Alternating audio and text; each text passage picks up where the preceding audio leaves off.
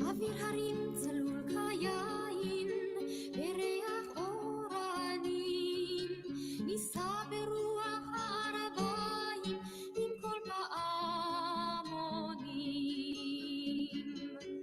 ובתרדמת אילן באבן, שבויה בחלומה, העיר אשר בדד יושבת ובליבה חומה. ירושלים של זהב ושל נחושת ושל אור, הלא לכל שירייך אני כינור. ירושלים של זהב ושל נחושת ושל אור, הלא לכל שירייך אני כינור. איך יבשו בורות המים, כיכר השוק ריקה, ואין פוקדת הר הבית בעיר העתיקה.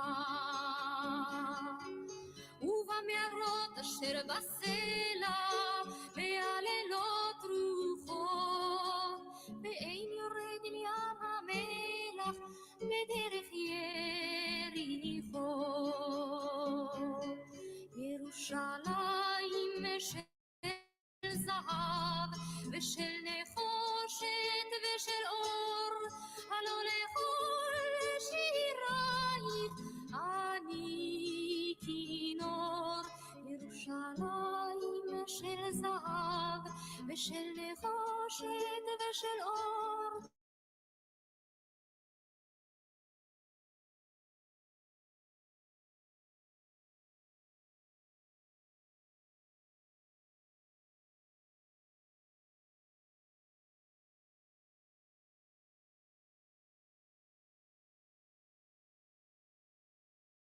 אך בבואי היום לשיר לך ולך לקשור כתרים, קטונתי מצעיר בנייך ומאחרוני המשוררים,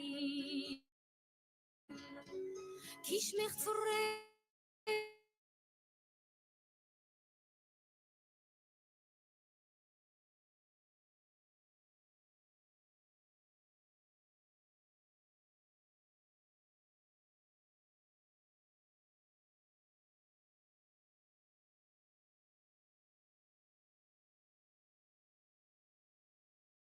שירייך אני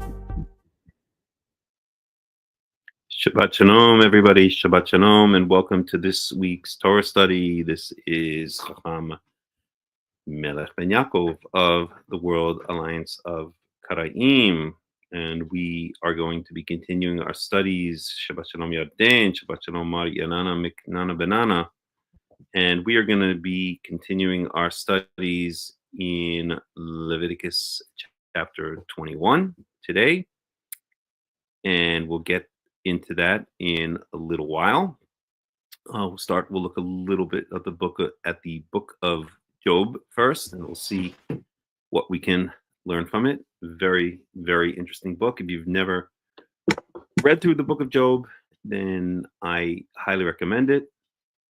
And if you don't have time to read through it, then you can listen to it online. If you just type in NIV Job or NIV any book, then it'll bring up a link to YouTube video where you can listen to it. And that's what I do a lot of times when I'm in the car, or if I'm cooking food or something like that. I'm listening to the Tanakh.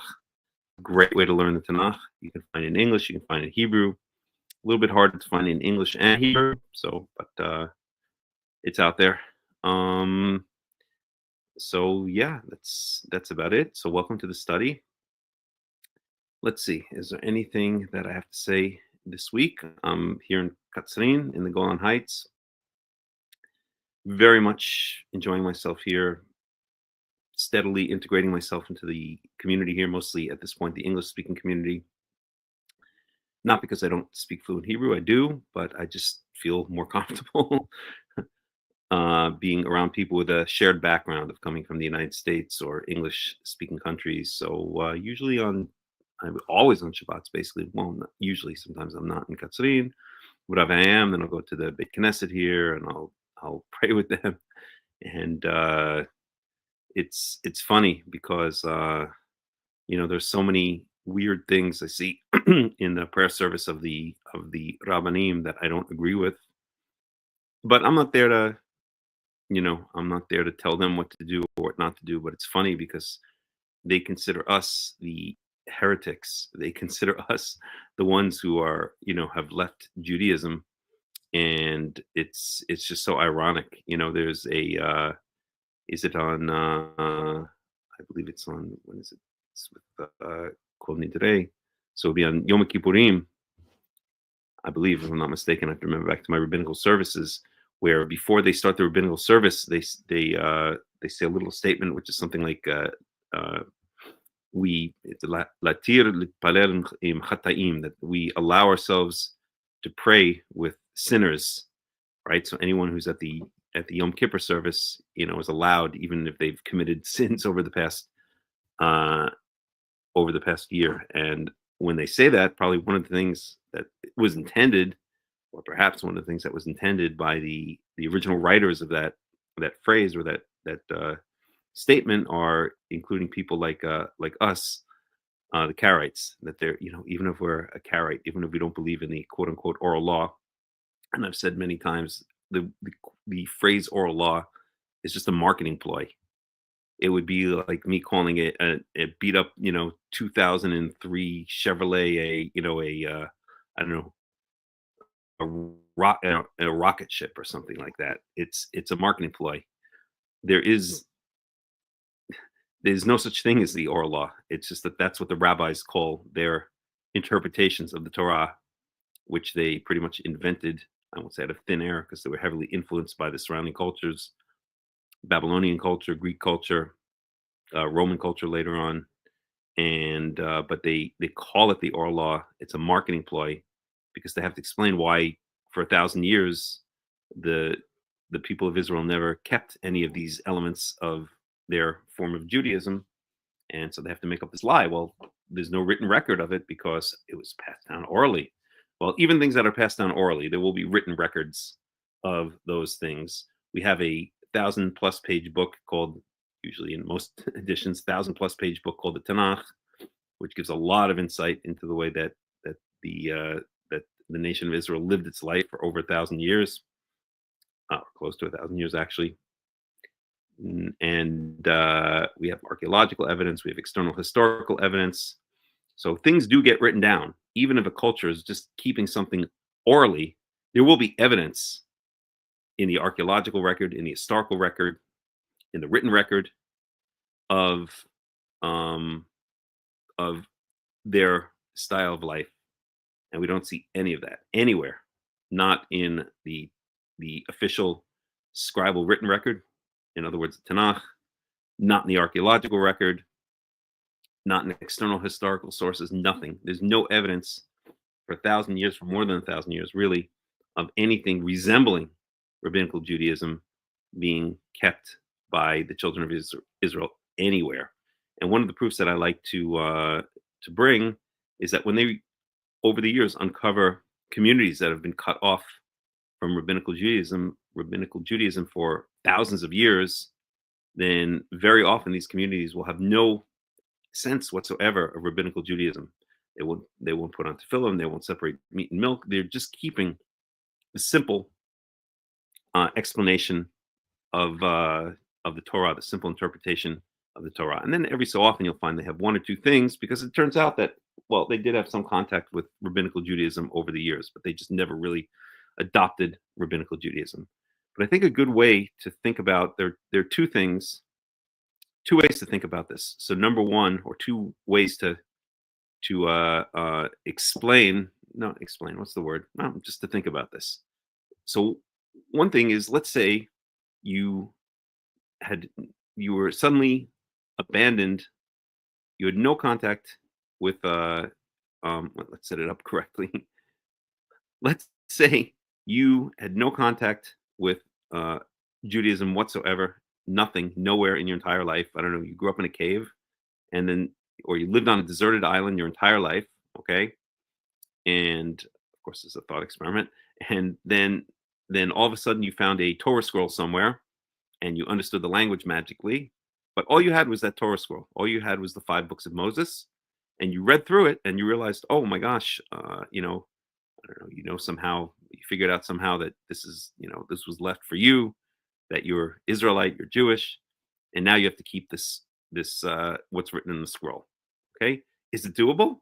Of course it's doable. Of course it's doable. It's completely doable if you know the language, right?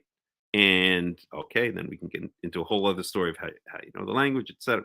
I don't want to get into the whole philosophy of it right now, because we'll go down a rabbit hole. So yes, there are some things like the meaning of the words, the language, the alphabet that are passed down orally from generation to generation, right? I don't completely discount this idea of a quote oral law, but I don't like to call it an oral law. I call it more a continuity of a society, or continuity of a culture, or you can call it a living tradition or something like that. But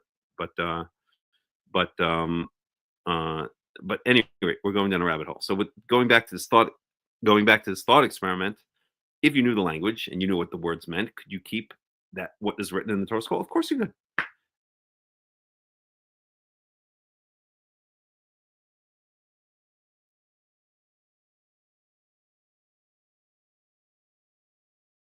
There goes the internet.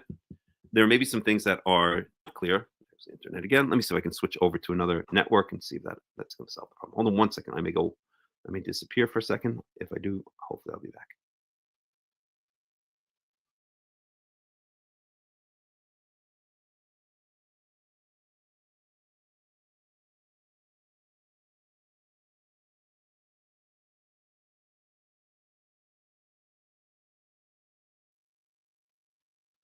Okay, hopefully we're back. If the internet is not working well, let me know.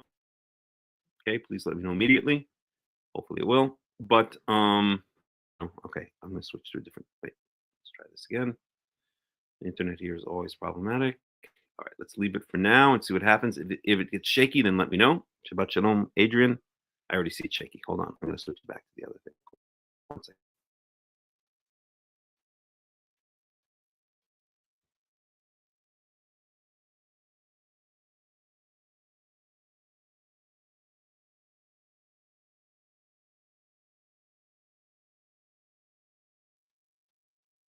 Okay, this hopefully should be better. Hope you can see and hear me okay. Um, but yeah, you could keep the Torah. For sure you could. It's pretty straightforward. Do not murder, okay? You don't really need much of an explanation for that. You know, even the laws of the sacrifices are pretty clear if you know the language. And another thing is that a teacher of mine many years ago used to say that the Torah, how did he phrase it? The Torah could not mean anything but the way that an ancient Israelite shepherd would understand it when hearing it in a public reading. And that's so true. The way the Torah was transmitted in ancient times, there were no people didn't have their own scrolls. This was before the printing press. It was before the internet, right? The internet wasn't invented until 500 BCE. We all know that, right? In ancient Greece. With that, of course, but it was there was no printing press. People didn't have books, and they couldn't.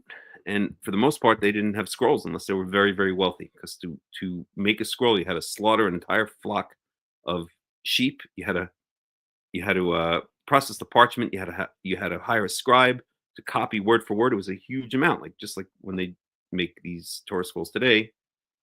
You know, it can cost $50,000, $100,000 to make a Torah scroll, right? So people didn't have Torah scrolls. They the way that they heard the Torah was that they heard it in public readings in the gates of the city, or if they went to Jerusalem, they would hear it by the temple in Jerusalem after the temple was built. This is the way that the Torah was transmitted. So imagine yourself as a typical ancient Israelite, a farmer or a shepherd, and you're walking through the gate of your city and you hear one of these public readings of the Torah. That's the way that you would understand what it meant. That's the way that you would understand that what it meant. And for the most part, it was written for the people to understand in this way, that they should know what the laws of the Torah say. The Torah was not a covenant between Yahweh and a scribal class. It was a covenant between Yahweh and the people of Israel, and the messages were clear and they were direct. The same goes for the messages of the prophets. If you read the prophets, a couple of weeks ago, I was in Jerusalem, and I read the story. I believe it's Jeremiah 17, if I'm remembering correctly, that he goes down to the Gebene Hinnom, the valley of the sons of Hinnom, and he takes with him an earthenware vessel, and he makes this long speech about how Yahweh is going to break Israel, and then he takes the earthenware vessel and he smashes it on the ground, breaks it into a million pieces in front of all the people that were there by the Watergate it mentions, which has been excavated, by the way. And actually, say the Watergate there. It doesn't matter. At any rate, so it may not. No, it doesn't there. At any rate, that's not the point. The point is that these were direct messages. These were messages for the people. You did not need some kind of scribal class to come and interpret what Jeremiah was saying. No, he's saying Yahweh is going to come. He's going to break these people to pieces, and then he takes this earthenware vessel and smashes it, and it breaks into a million pieces. This was a direct message to the people without intermediaries. Okay. The only exception I would say to this in the Torah, really, there may be two exceptions, okay, but the main exception might be the laws for the Levites and the Cohanim. There you have a priestly class that their specialty is to understand the laws of the Mishkan / Beit HaMikdash, basically the Mikdash, okay, and to understand the intricacies of the laws of sacrifices, of Tahara and Tumah, quote unquote, purity, impurity, ritual impurity, ritual purity, ritual impurity, and all of the details of their specialty which is to guard the sanctity of the Mikdash and to administer the avodah, administer the systematic worship, the prescribed worship in the Torah of Yahweh, the various sacrifices, the incense, etc. Okay, so that is technical knowledge, but even there, it's clear in the Torah. The Levites didn't need to go elsewhere to find out about it. They just needed to become experts in that part of the written Torah. But most of the Torah, and the other exception I will say, are that like any society, there will be those who know more and those who know less. So if you're going to be a judge or if you're going to be a leader in the society, then obviously your responsibility is to really know and understand and internalize the laws of the Torah, because you're going to have to judge people based on those laws, just like a judge today. Okay, I know the law. I know that I'm not allowed to drive through a red light. I know that I'm not allowed to, I don't know, that if my dog poops on the sidewalk, I'm supposed to pick it up. But I'm not a judge, so I don't need to know all of the details. I don't need to understand it and remember it and internalize it to the degree that someone who's judging a case, so if I'm brought before a judge and the judge says, you let your dog Fido, poop on the sidewalk, and has to run a case or has to administer a case and then come to a decision, then obviously this is his mitzvah. Okay, so he's going to have to spend his time thinking about these laws, not adding to the laws and not taking away from the laws as the rabbis have done, but understanding and knowing the laws and thinking about how to administer the laws. And as we saw in Leviticus 17, Exodus 17, if I remember correctly, that such a judge would have to have certain qualities. They have to be God-fearing, wise, despising betzah. How do you say betzah in English? Bribery or favoritism. Okay, these are qualities, but these are the qualities of the type of person who's meant to be a judge over the people, who's meant to be a leader over the people. But that doesn't mean that judge has any more access to the laws of the Torah than the average person hearing the Torah walking through the gates of the city would have.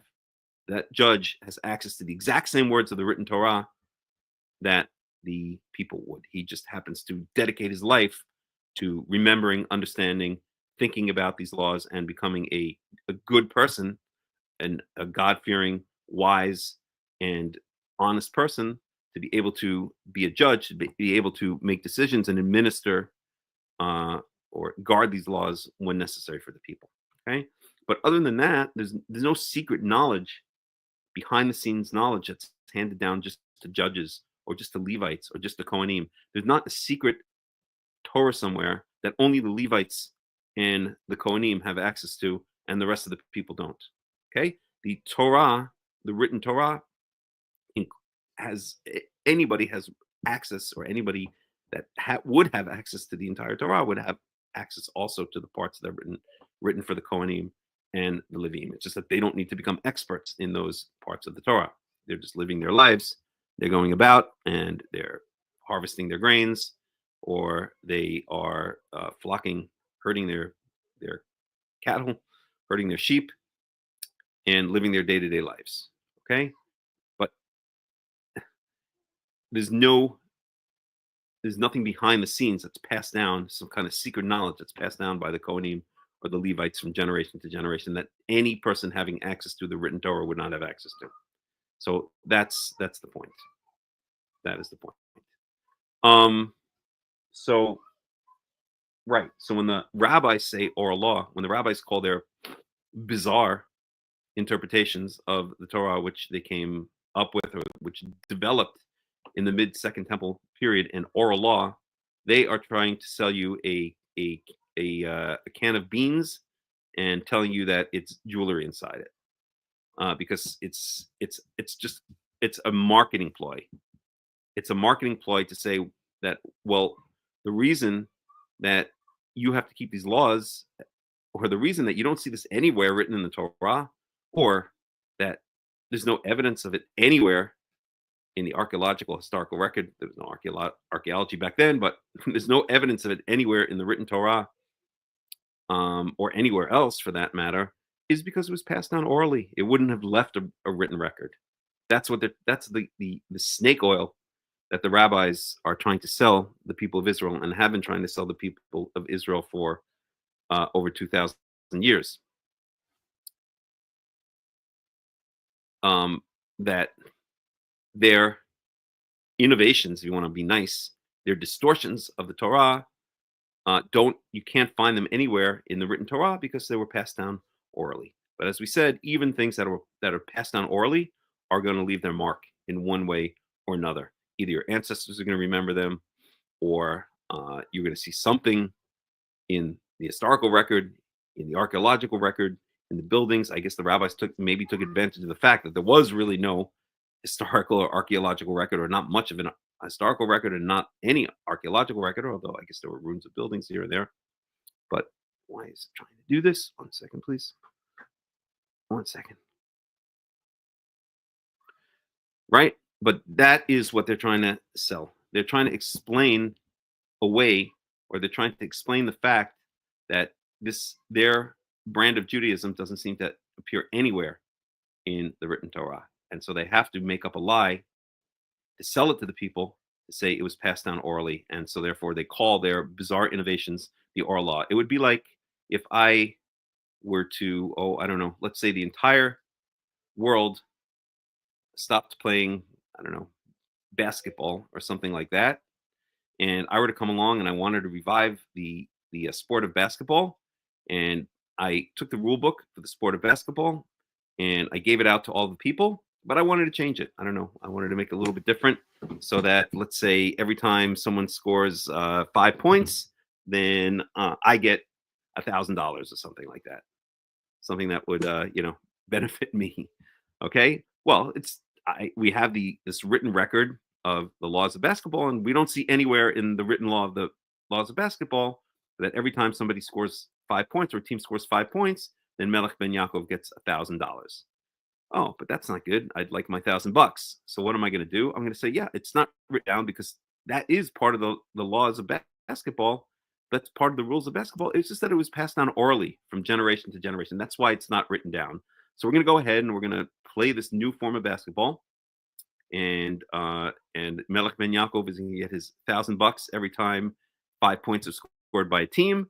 And don't worry about it. You're not going to find it in the written law, because it's not in the written law, because it was just passed down orally. But I promise you, it goes all the way back to the very beginnings of basketball, which was in, I don't know, Springfield, Massachusetts in 18 something. I'm not a basketball expert, right? You get the idea. And so what would the rabbis respond to that? Well, they would say, well, no, you just ask your father. Your father kept our form of Judaism, and your grandfather and your great-grandfather. And that might have been true. Maybe your father did, and your grandfather did, and your great-grandfather did, but they had also been influenced by the rabbinical movement. But if you go back far enough, you will come to an ancestor that did not keep that form of rabbinical Judaism, just as if you can go back far enough and ask your father, your grandfather, let's say, reinstate my new form of basketball in the year 2500, and basketball stopped in the year 2024, then if you were able to go back far enough to 2024, then your ancestors would tell you, no, we did not give Melech ben Yaakov $1,000 every time the team scored 5 points. Okay. And then the rabbis are going to come back and they're going to say, well, it's a chain of tradition. It's passed down from generation to generation. They wouldn't have distorted it. The first people, or the first generation that had to face this change or had to undergo this change, would have realized this is something different, and would not have accepted these innovations, would not have accepted this quote unquote oral law. And the answer to that is that's also a bunch of baloney, because movements grow out of nothing. Any movement, any religion we can see started with 0 people or 1 person and then grew. Take Islam, started with 1 person, Muhammad. Take Christianity, it started with 1 person, Jesus, and it now has 1 billion people. Islam has approximately 1 billion people. These are religions, these are movements that all started with 1 person. MAGA started with 1 person, Donald Trump. So movements could grow very big, starting from nowhere, to the point that if you ask someone, if someone doesn't know history, and you ask them in, let's say, MAGA keeps winning for the next 100 years, then the person in the year 2124 can say, oh, manga's been around for hundreds of years. And if you didn't have access to history, if you didn't have access to archaeology, if you didn't have access to all of these tools, then you'd have no way of disproving that. And that's exactly what the rabbis rely on. Rabbinical Judaism grew out of a small movement. Rabbinical Judaism grew out of a small movement. It seems to have begun in Babylon, heavily influenced by Babylonian culture, heavily influenced by the religion of Babylon/Persia, which was even back then Zoroastrianism. And it grew and it grew and it grew like a cancer until it just spread out and became normative Judaism, replacing the original form of Torah that had been kept for over 1,000 years. And the rest is, pardon the pun, history. Okay. All right. So that's that. I want to, if you give me 1 second, I'm going to have to put some music on. I just need to take care of something regarding the internet because I want to switch over to a different network.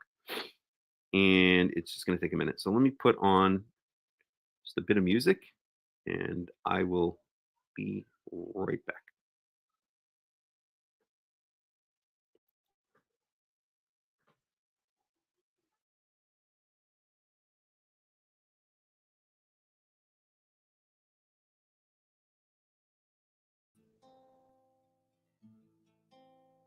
שיר למעלות, אשא עיניי אל ההרים, מאין יבוא עזרי, עזרי מעם השם,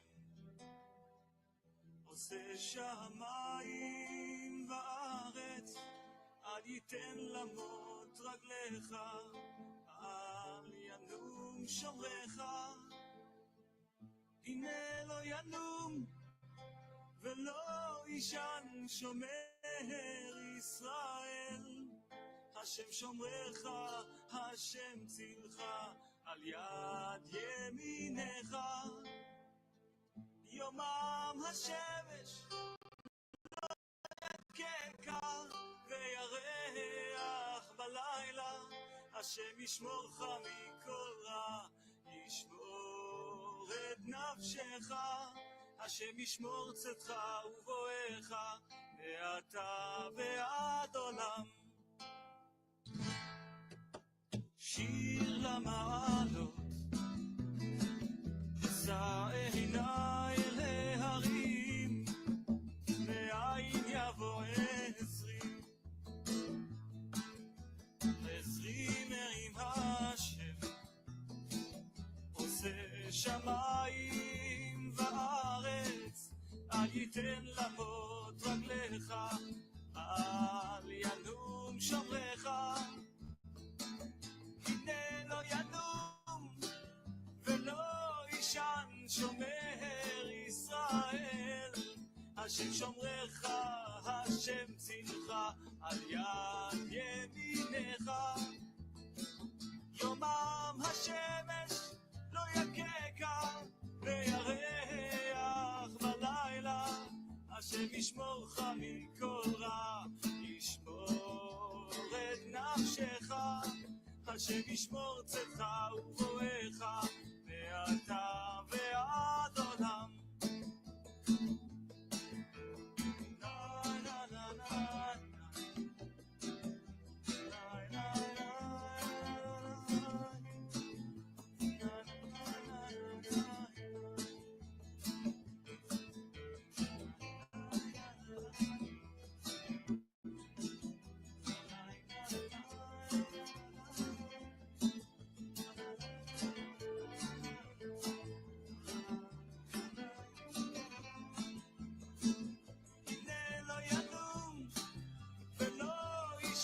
שומר ישראל, השם שומרך, השם צילך, על יד ימינך. יומם השמש לא יככה וירח בלילה, השם ישמורך מכל רע, ישמור את נפשך, השם ישמור צאתך ובואך, מעתה ועד עולם.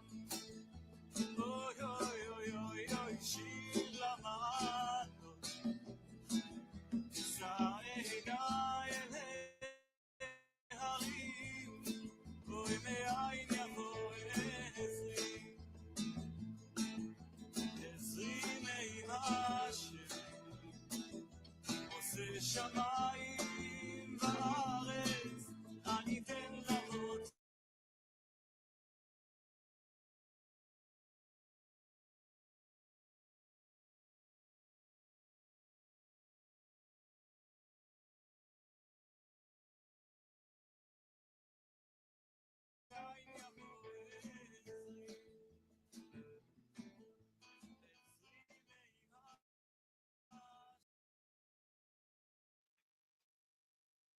Okay, we are back. We are back. Let me just do a quick sound check. Can you guys hear me and see me okay? Is everything smooth? Is everything smooth? Let's get rid of these banners.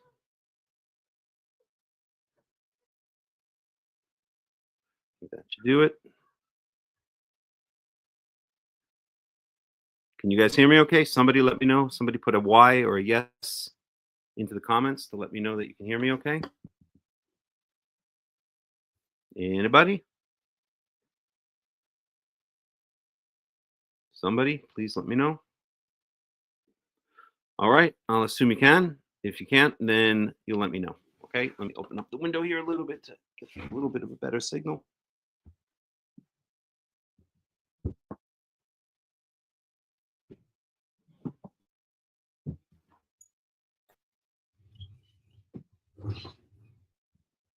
Okay, so we're back. All right, so I was gonna go through the book of Job a little bit, but it's already 5:30 here. So, and I do want to get into Leviticus, so maybe we'll save the book of Job for next week. And maybe we'll just start diving right into Leviticus chapter 21. So let's go check it out. Just give me a second, set up the screen here.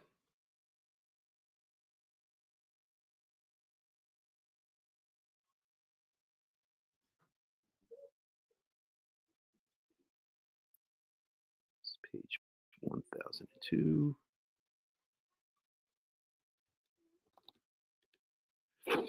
One second. Okay, so we're in Leviticus chapter 21. I'm going to share the screen.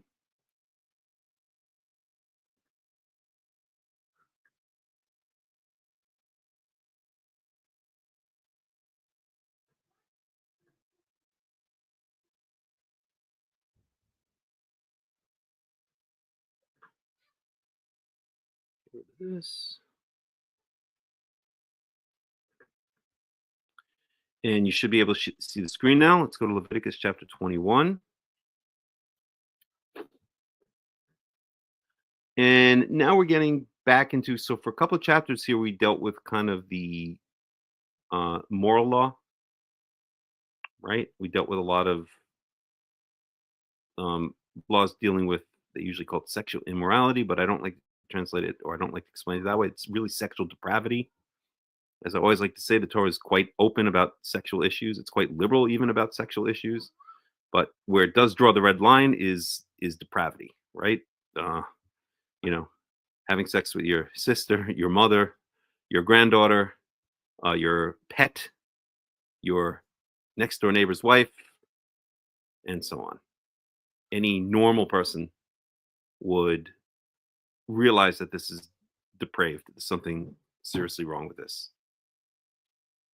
But the prudishness that is usually associated with religions, with Christianity especially, but then it seeped its way into Judaism over the years, is really not part of the Torah. I mean, Solomon had 300 wives and 700 concubines. David had a number of wives and lots of concubines, or a bunch of concubines. These people were, going at it like rabbits, basically. And there's no restriction on the way they had to do it. There was no such concept as, let's say, just the missionary position, or not doing this or not doing the other. I don't need to get into all the gory details, but you get the idea. The Torah is not in the least bit prudish. It really allows a fair amount of sexual freedom, but there's a red line. It draws the red line at anything that is just sick. I mean, if you look on the internet and you look at some of the stuff that you'll see on the porn sites, then you'll see some really sick stuff out there. So anything that you would say, wow, that's really sick, that's probably what the Torah is talking about. Okay, so let's get into Leviticus chapter 21. So we're not dealing with the laws of sexual depravity or the laws of morality that we dealt with in chapters 18 through 20. If we go back to 17, then in 17, just for a recap,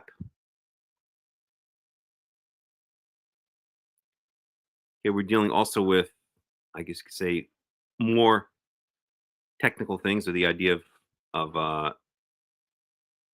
not eating the blood. And in 16, we dealt with the details of Yom Kippurim. And before that, basically, we're dealing with the laws of ritual impurity. Before that, the sacrificial system. So chapters 18, 19, and 20 were, in a sense, a departure. We went over to more moral laws. And now, at least for this chapter, in chapter 21, we're going back to a bit more technical stuff, which is really what is typical of the book of Leviticus. As we said, the book of Leviticus is really a book for the priests, for the most part. It's a book, those who believe in the documentary hypothesis, which I've mentioned a bunch of times and which I bring up from time to time because people need to know it's out there. Hold on a second. There's some activity going. Hold on one second. I think one of my cats is fighting with another. Hey, what's going on? What is John? What's going on? Big boy, you need to go. Big boy, you need to get out of here. No, I want you out of here. Oh, it's Marie. Woo woo. All right. All right. Sorry about that. They'll have to work it out themselves and their cat. But that really sounded really bad there for a second. I don't know, some stray cats that come in here and then my cats fight with the stray. It doesn't matter. Okay. So, right. So the book of, I was talking about the documentary hypothesis. So the documentary hypothesis is the idea that the Torah was written by different sources. There are four main sources that they speak about. The EP, the E, the J, the P, and the D. Elohists, the Jehovists, or the Yahwists, the priestly source, and the Deuteronomical source, which is basically the book of Deuteronomy. But it's the idea that the Torah was written by a bunch of different authors, and then what's the word I'm looking for? And then this one specific word that I'm looking for, which I can't think of the word, but anyway, coalesced into this book that we know as the Torah. So the documentary hypothesis would say that most of the book of Leviticus was the P source, the priestly source. It was written by priests, and then their writings were incorporated much later on into the Torah, the book of the Torah. But that's, of course, I don't believe that. And I think, there's no real evidence for that. And so what we would say as believing Jews, as believing Israelites, is not that it was written by the priests, but it was written for the priests. So the documentary hypothesis, the secular scholars would say that the book of Leviticus focuses so much on the priests because it was written by the priests. But we, as believing Israelites, as those who believe that the Torah is divine, would say that it wasn't written by the priests, that the book of Leviticus was written mostly for the priests, right? As we see here, Yahweh said to Moses, speak to the priests. So Yahweh is speaking to Moses, and then Moses and telling him to tell the priests, and then passing on laws to the priests, to the Cohanim. So, we're in Leviticus chapter 21. And I think we got down to right.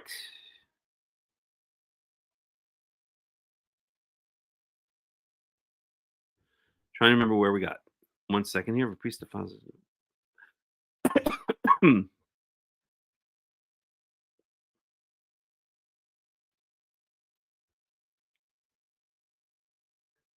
I think we just got through the first chapter. So let's just read the first paragraph. Let's just read the first paragraph in English, and then we'll continue on in Hebrew. So just to get the context. So Yahweh said to Moses, speak to the priests, the sons of Aaron, and say to them, a priest must not make himself ceremonially unclean.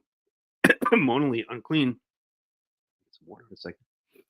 For any of his people who die, except for a close relative, such as his mother or father, his son or daughter, his brother, or an unmarried sister who is dependent on him, since she has no husband, for he may make himself unclean.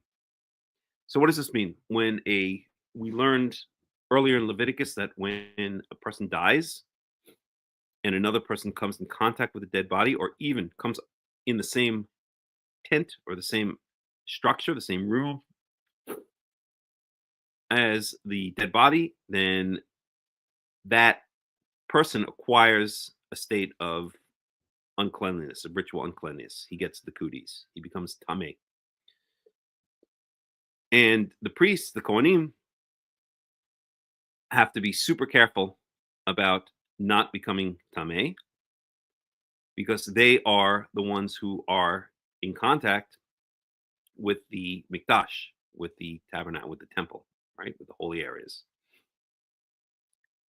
So the priests have a special obligation to be super careful about not becoming unclean, because if they become unclean and then they have contact with the mikdash, with the sanctuary, I'll just say that the holy temple, but that also includes, of course, the tabernacle/temple area within the courtyard there, then they've done a big no-no, as we've said many times, that you can be clean or unclean if you're anywhere but the Beit HaMikdash, you can be clean or unclean. But if you're in the Beit HaMikdash, you must be clean. You cannot be unclean. And clean doesn't mean stepped in dog poop. Clean doesn't even mean didn't take a shower for 3 days, which probably the Israelites in ancient times didn't. Clean doesn't mean any of that stuff. Clean means these things that make a person ritually unclean, that give them, quote unquote, the cooties.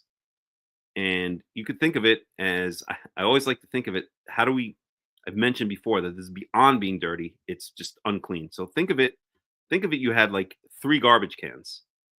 One garbage can was just for regular garbage. The second garbage can was for just disgusting things. And the third garbage can was just like vile things, like ugh, kind of things. The tameh stuff would be in the ugh kind of things.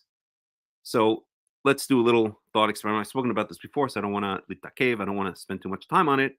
But if you had, I don't know, if you're just throwing out a piece of paper that came in the mail today, an advertisement for 50% off at, I don't know, Bed Bath & Beyond or something like that, that just goes in the regular garbage can.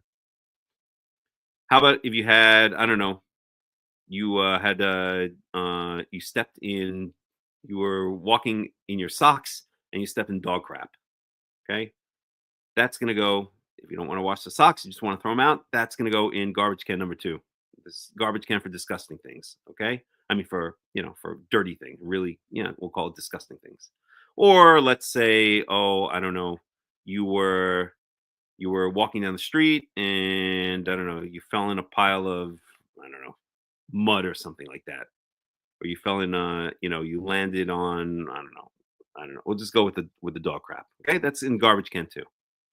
How about if you found in your backyard a discarded condom that a couple of people were using your backyard to have some fun the last night? Is that going to go in garbage number 1 with the with the paper from the 50% discount from Bed Bath & Beyond? No. Is it going to go in garbage can number 2, where you have the sock with the dog crap in it? No, you're going to want to put that in a different special garbage. Okay, you don't want that. That's beyond dirty and disgusting. That's just vile. That is just what is the word? That's just that is just nasty, as the kids like to say. Okay, so that's going in garbage can 3. How about if you found a dead, discarded animal? Okay, you're going to put that in garbage number 2 with the dog crap, or you're going to put that in garbage number 3. You're going to put that in garbage number 3. How about a tampon that has a used tampon? Is that going in garbage number 2, or that's going in garbage number 3? That's going in garbage number 3. You get the idea. There are certain things that are just beyond dirty and disgusting, and that is really repulsive, nasty, icky cooties.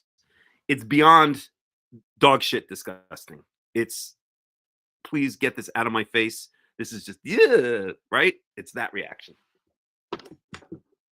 And that's what the Torah's concept of dirty tissues that smell like chlorine. I don't know what you're into, you ordained man. I don't know. Stay away from me, dude. Anyway, so anywho, just joking. But that's the idea of ritual uncleanliness in the Torah. And we see again, it goes back to the theme of the Torah is not crazy. With even we said before, the Torah is not prude when it comes to sexual stuff. It's not prudish, okay? But it has a red line, and that red line is anything that is depraved, sexual depravity. And it's the same thing with dirtiness. Okay, we all step in dog shit. I almost stepped in dog shit yesterday when I was going to the synagogue. I'd never seen it before. Should I really be saying this in a Torah study? Ask Stuart. I'll say in a Torah study. Oh, I got to plug it in a second. There was a dog took a crap and it actually stood up. I don't know how the dog did it, but it wasn't lying on its side. It like stood up like a tower, and it just froze in place. And I was like, "What is that?" I thought it was like a little anthill or something like that, or I don't know what it was. And it was a piece of dog crap that had dried on the side of it. Anyway, you get the idea, okay? The Torah is, when it comes to cleanliness and uncleanliness, we all step in dog crap, and that does not make a person prohibited from going to the Beit HaMikdash. If you track a little sheep crap into the courtyard of the Beit HaMikdash, no biggie. But there is a limit. There's a red line which cannot be crossed, just like in sexual morality. Depravity is the red line. Beyond that red line is just sexual depravity. So there are certain things that are just beyond disgusting, which cross the red line. They're almost like, shall we say, dirty, depravedly dirty, like the examples that I gave: discarded condoms, rotting dead bodies, and used tampons and stuff like that. You get the idea, but it really draws out the point that the Torah is not a crazy document. It's actually a very logical, normal, sane, common sense document. But just like our parents, our teachers, us, have red lines, have limits, so the Torah and God has its limits. Okay, so let me just plug in for 1 second. I'm not going to stop the show. Just give me a second to grab the cord. I'm going to plug in, and we will continue in Leviticus 21.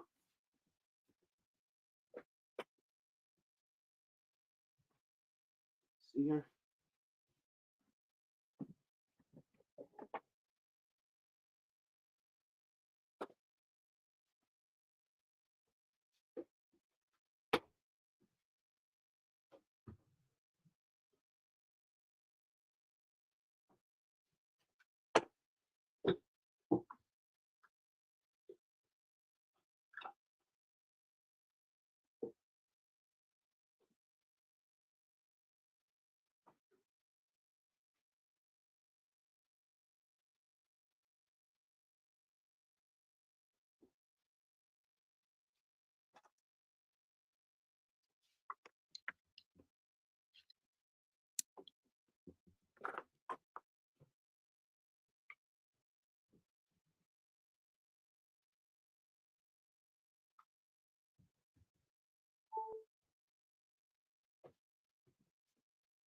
Okay, we should be plugged in now.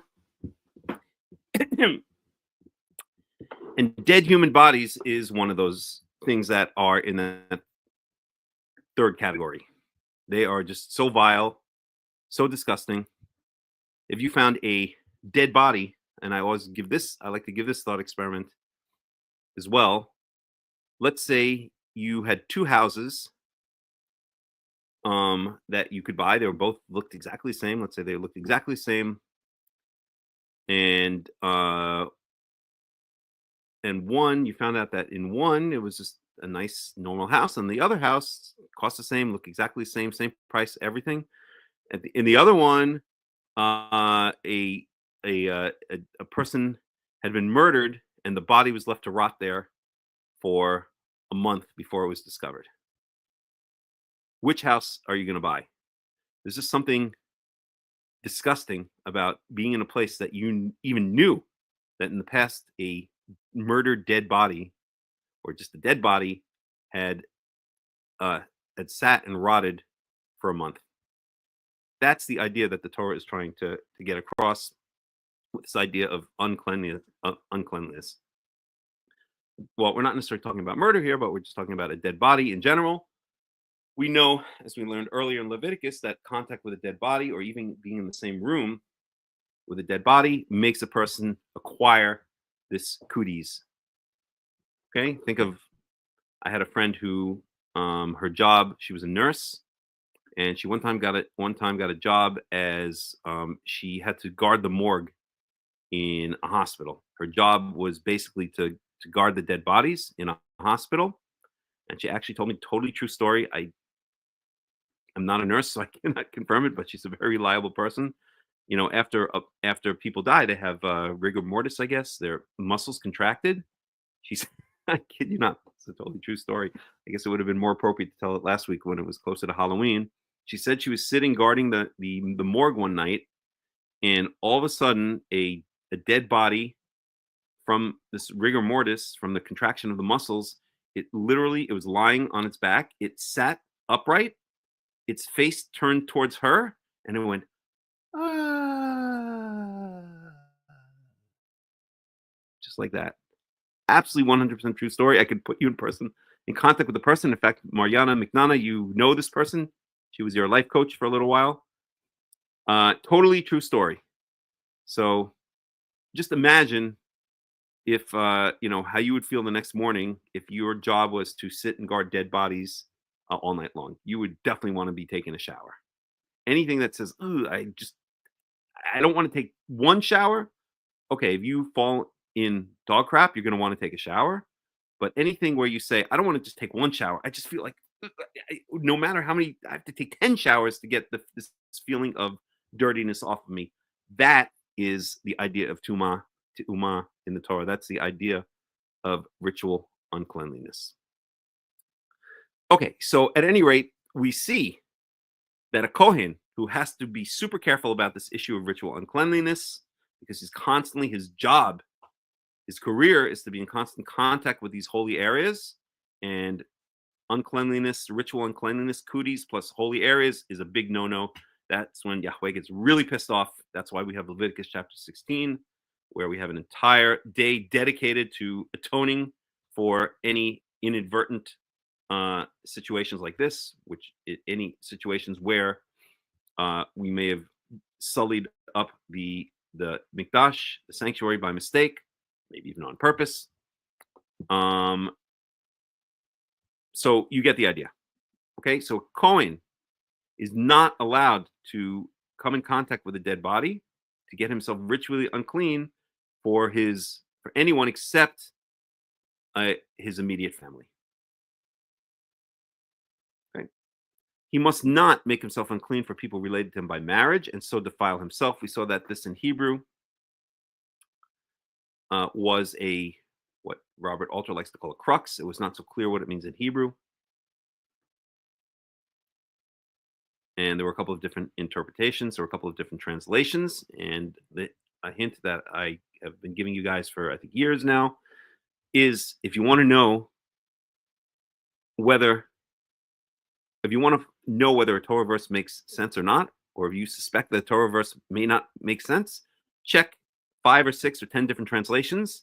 And if you see a bunch of different translations for the same verse, bunch of different, I don't mean slightly different words, but different meanings, then you know that nobody really knows what that verse means in Hebrew. And this is one of those verses, but we're going to skip ahead now. And we're going to go to the Hebrew. So we got down to here, I believe. Yeah, we did. So let's go over to the Hebrew now.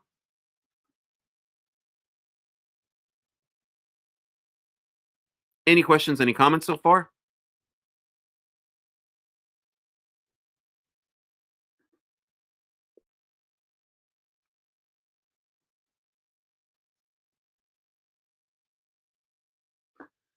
What the heck is this?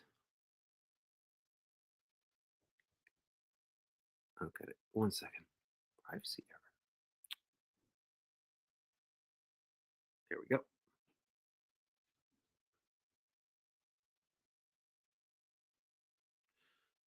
Okay. It's okay.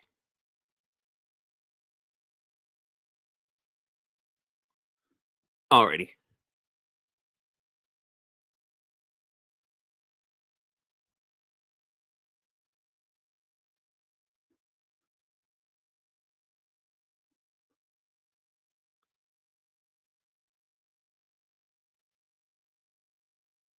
So let's see, where were we?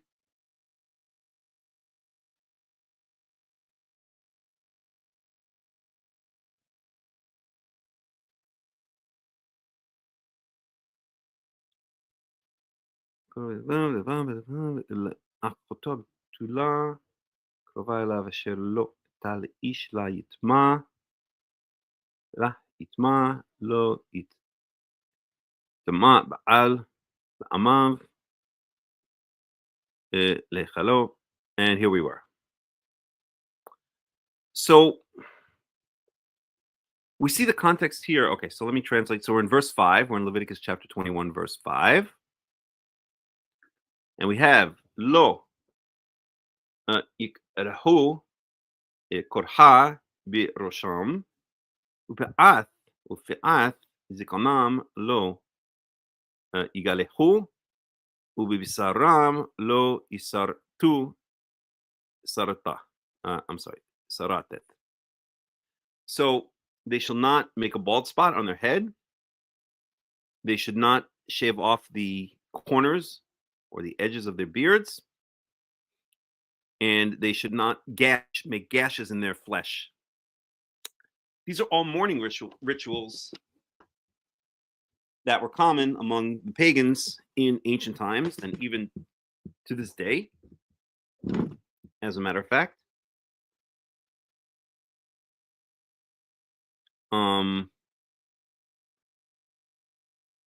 But in ancient times, these were common mourning rituals, and these are considered inappropriate for Israelites to partake in, because they all involve desecration or mangling of the body. True, they're not permanent. None of these things are permanent. Cutting off part of your hair, cutting off part of your beard, or gashing your skin, but they're not appropriate to start self-defiling or to start self-harming in response to mourning for the dead is not considered appropriate. And I think the reason I've thought about this for many years, and I think the reason it's not considered appropriate, it's for a number of reasons, but I think one of the main reasons is that it doesn't take into account, or it doesn't express a deep understanding that when one believes in Yahweh, the God of Israel, then death is a natural part of life, and death is not the end of the world. That there is a resurrection at the end of days, Daniel chapter 12, verse 2, and that death is not final. To start self-mutilating is, in a certain sense, it's an admittance, or it's showing that when the pagans do this, they don't really believe in a kind, merciful God. They believe in a cruel God. The gods must be angry. And so the way they need to appease their anger, the anger of these lowercase g gods, these false gods, is to self-mutilate, because this angry God can only be appeased, can only be pacified when there is some kind of suffering for human beings, because he hates and despises human beings, and he considers them his slaves, just as the Greek gods considered human beings to basically be these pesky slaves. It's the same reason that you see all kinds of, or various kinds of, idol worship. We spoke about when I was in, again, the Valley of the Sons of Hinnom in Jerusalem a couple of weeks ago. We spoke about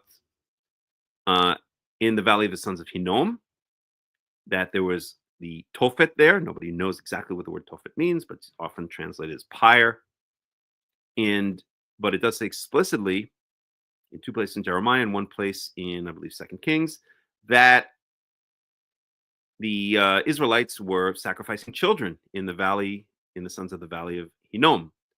So why would anyone sacrifice their own child? Because if you believe that God is an uncaring, angry God who's at any second can strike out, is out to get you, and if you do the slightest thing wrong, is going to strike out against you, then how do you appease this angry God? Well, this angry God despises you. He despises humanity.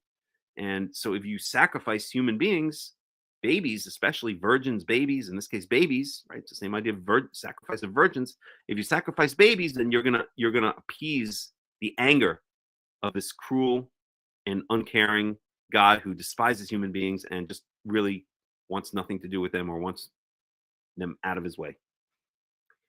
So self-mutilation, and in a certain sense, sacrificing one's baby is kind of, in a certain sense, a form of self-mutilation, because a baby is, at that age, a child is really an extension of his parents. So you're giving away part of yourself. You're destroying part of yourself to pacify, to appease the angry gods.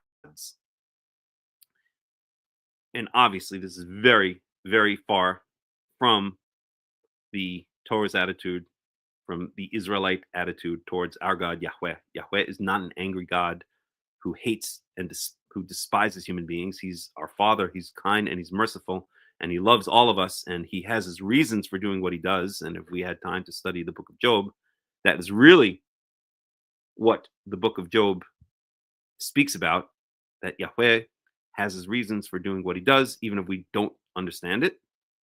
And Job, the righteousness of Job, beyond the fact that he was a righteous person to begin with, was that he never questioned. Well, he questioned, but he never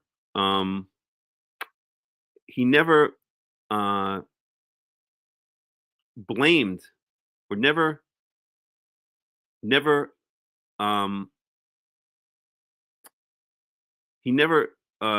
what's the words I'm looking for? He never hated God or thought that he was I don't know, I'm losing my train of thought. but basically Job didn't have this attitude towards Yahweh, towards the God Yahweh. He didn't understand why Yahweh was doing what he was doing. He proclaimed his innocence to the very end, and then Yahweh came and justified his innocence in the end of the book of Job. He even at a certain point says that he wishes he could drag God into court and be judged and have a trial between himself and God and Yahweh because he believes he's innocent. But what he never does is he never goes to the point where he curses God, where he gives up on God, where he disparages God to the point where he rejects, I won't say God, where he rejects Yahweh. Because he understands that Yahweh is not this type of God that's being expressed here in Leviticus chapter 21:5. He's not the type of God who wants child sacrifices. He's not the type of God who wants us to do self-harm, to appease the angry gods. He's a kind and merciful God, but when he brings tragedies upon us, when he brings death upon us, upon our close family members, or any other types of tragedies, such as the tragedies that fell upon Job, then he has a reason for it. And Job never questioned God's basic, or Yahweh's basic right. I don't know if that's the right word. Yahweh's basic decision to do what he did to Job. He just said, "This is what you're doing is unfair. I don't deserve this." No, I wouldn't even use those words. What you're doing is not commensurate with my righteousness, and I maintain my righteousness. And he did maintain his righteousness. Then his friends come along. So there's three friends, and then a fourth person that comes along. So his friends, Eliphaz the Temani, Bildad the Shuhi, and Sophar Naamanti. Those are three friends who come along, and what do they essentially try to do? They try to say, if you're proclaiming your innocence, and you're saying that Yahweh is going to punish an innocent person, then you're disparaging Yahweh. You're telling me that Yahweh is going to come along and punish an innocent person? No, couldn't be the case.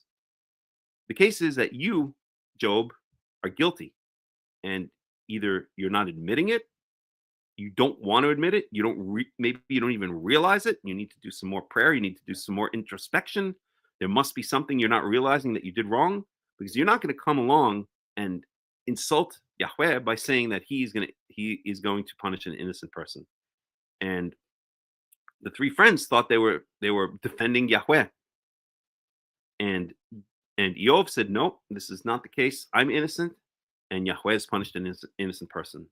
I don't say he doesn't have the right to do so.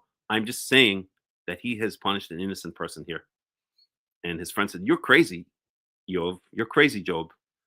You're saying that Yahweh is going to punish an innocent person? How can the judge of all the world do something that is unjust? And Job says, I don't know. I can't explain it, but I know that I'm innocent, and I know that Yahweh is righteous, and he has his reasons for doing what he did, but he has punished an innocent person. And in the end, when we have the last chapters of the book of Job, when Yahweh speaks to Job and his friends out of the whirlwind, that's essentially what Yahweh says. He says Job has spoken wisely, and his friends have spoken unwisely, to the point where Yahweh says to Job that Job has to sacrifice for his friends, lest Yahweh get very angry at them. But Yahweh says everything Job has said is correct. I have punished an innocent person. Job was innocent, and I've punished an innocent person. Why have I done that? And then in the story, in the book of Job, Yahweh goes into this long poem, basically, about where were you when I laid the foundations of the earth? Do you know how I did this? Do you know how I did that? Do you have the wisdom? Were you around when I was? When you were born?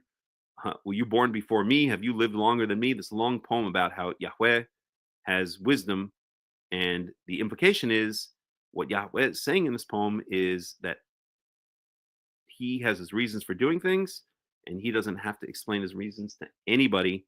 And his friends who came along and tried to explain away Yahweh's actions thought they were doing Yahweh a favor by defending him, by saying that he was punishing not an innocent man, but a guilty man, that Job was actually guilty.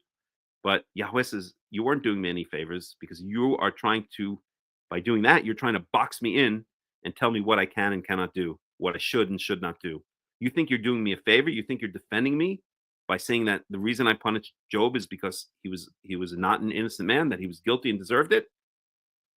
You're then boxing me in. You're telling me what I should and should not do. I punished an innocent man. Why? I have my reasons, and I don't have to explain my reasons to anybody. And it's not that I'm mean or I'm cruel. It's just that I've been around for a long time, and sometimes I do things and I have my reasons for doing them. It's always out of mercy. It's always out of kindness, but I have my reasons, and I don't need to explain it to you. And I don't need you, your stupid friends, trying to defend me and tell me what I should or should not do, or thinking they're going to defend me by saying that I punished Job only because he was guilty. Any rate, it's long and complicated. Correct. The friends were wrong and almost died. And it is, I like to say, the second greatest work of philosophy in the history of humanity. The first being, in my opinion, Ecclesiastes by King Solomon. But Job is just an absolutely brilliant work of philosophy. And most people think that the basic theme that the book of Job is dealing with is why bad things happen to good people. And I don't think that's the case at all. That is not what the book of Job is dealing with. The book of Job is dealing with faith in Yahweh, that Yahweh is a good and kind and merciful God, no matter what happens to us. It's not explaining why good things happen to bad people at all. In fact, it never explains it, because Yahweh, when he comes out of the whirlwind at the end of the book of Job, never explains why he did what he did to Job. His answer is, I don't have to explain. I've been around for a heck of a long time. Job was an innocent person. I did what I did because I have my reasons, and I don't have to explain it to you guys. I don't have to explain it to anybody. Not in a bad way, but in a way that is kind and merciful. I think that maybe came along as like, hey, I don't got to explain myself to no one. No, that's not the impression I meant to give. The impression is that Yahweh has so much wisdom, and he's been around for so long, quote unquote. He's been around outside of space and time forever, if we want to put it that way, that his wisdom is not our wisdom, and he doesn't have any obligation to explain his decisions to us human beings. And the real theme, or the real point, the real punchline of the book of Job is that Job realized that Job never crossed the line where he cursed out God for doing what he did. He was very puzzled, very upset, maybe even a bit angry at Yahweh for making the decisions he did.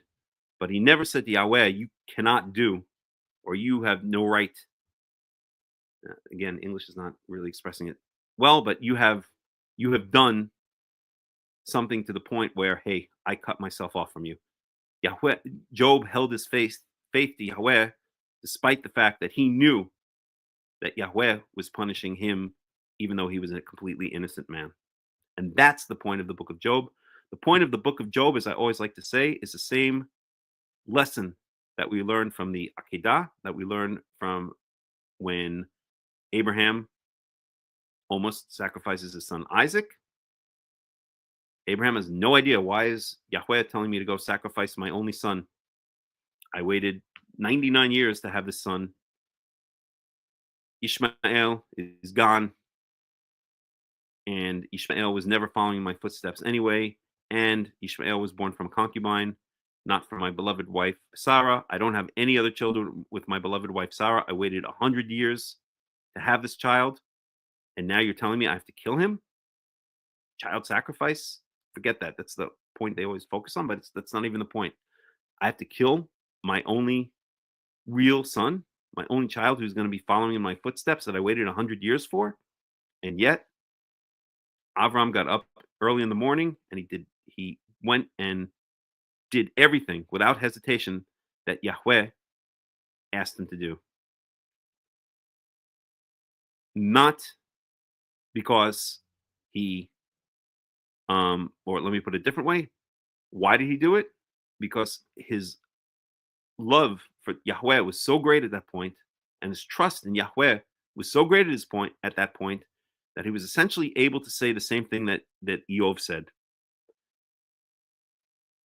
Yov and Abraham are, in a sense, cut from the same cloth, or in these two stories are cut from the same cloth. They both are saying, I don't understand why this is happening, but I have so much love and faith and trust in Yahweh that if this is what his decision is, then I accept it. I think it's wrong. In the case of Job explicitly, maybe in the case of Abraham, I would say certainly, even though we weren't there and the Torah doesn't really speak about what was going through Abraham's mind. But I would imagine in the case of Abraham, he's thinking the same thing. I don't understand why Yahweh is asking me to do this. This doesn't make any sense at all to me. But my faith and my belief in Yahweh is so great, and my love for Yahweh is so great, and my trust in Yahweh is so great that I'm going to do it anyway. It's kind of like, well, I'll get to what it's kind of like in a second, but we see that these are the same thought processes that are going on, both in the case of Job, never cursing Yahweh, even though he knows that that Yahweh is punishing him as an innocent man, and Abraham, never for a second hesitating to do what Yahweh is asking him to do. And this is not a test of fear or a test of blind faith. It's the opposite of blind faith. These are tests of love. Does Abraham really love me so much and trust me so much that he'll do even this for me?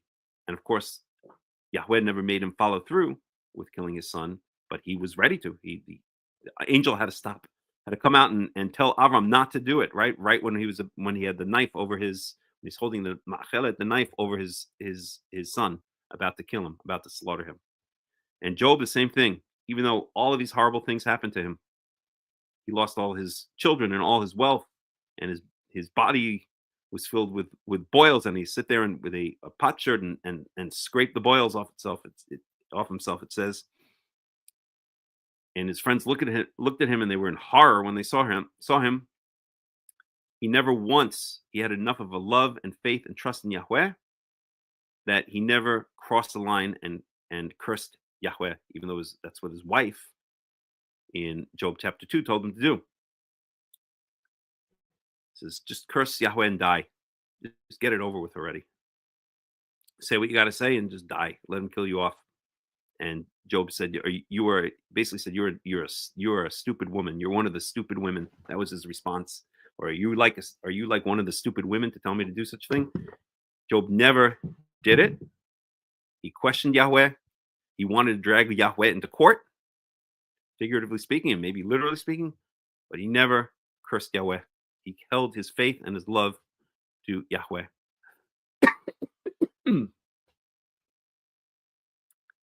Okay.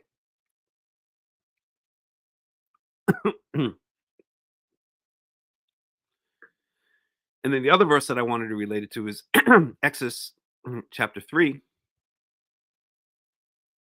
where Yahweh says, he says his name. Let's just even find that for a second.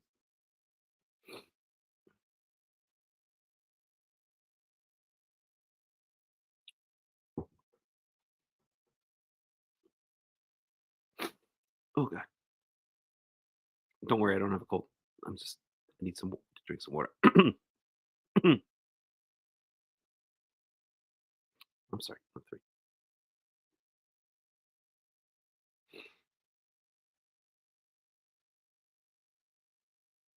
Oops, I went the wrong direction. Yeah, 3. Where is it?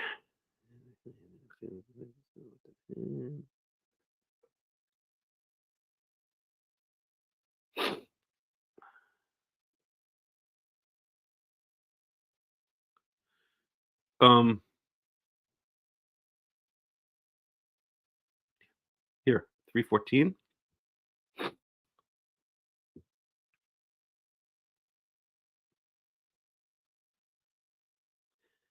And 3:15, but 3:14, when Yahweh reveals his name to Moses. So verse 13, let's just look at this for a second.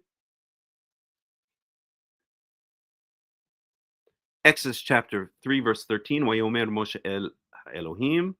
So Moses said to God, Ine anochi ba el bnei Israel. Behold, I will go to the children of Israel. This is when Moses is being sent back to Egypt, just after as he's seen the burning bush, just after he's seen the burning bush. And he's now being told he has to go back to Egypt and free the people of Israel, the children of Israel. Amati lahem. So Moses says, I'm going to go to the children of Israel and I'm going to say to them, Elohei avotechem eshelachani alechem, sent me to you. V'amru li ma shemo.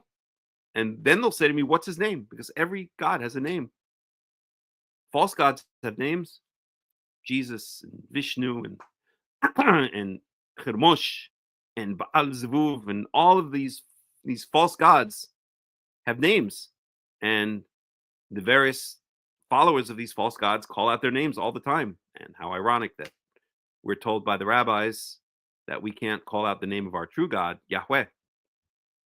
Any rate, so the first thing that people are going to say is, what is his name? What's the name of the God of our fathers appeared to you? What is his name?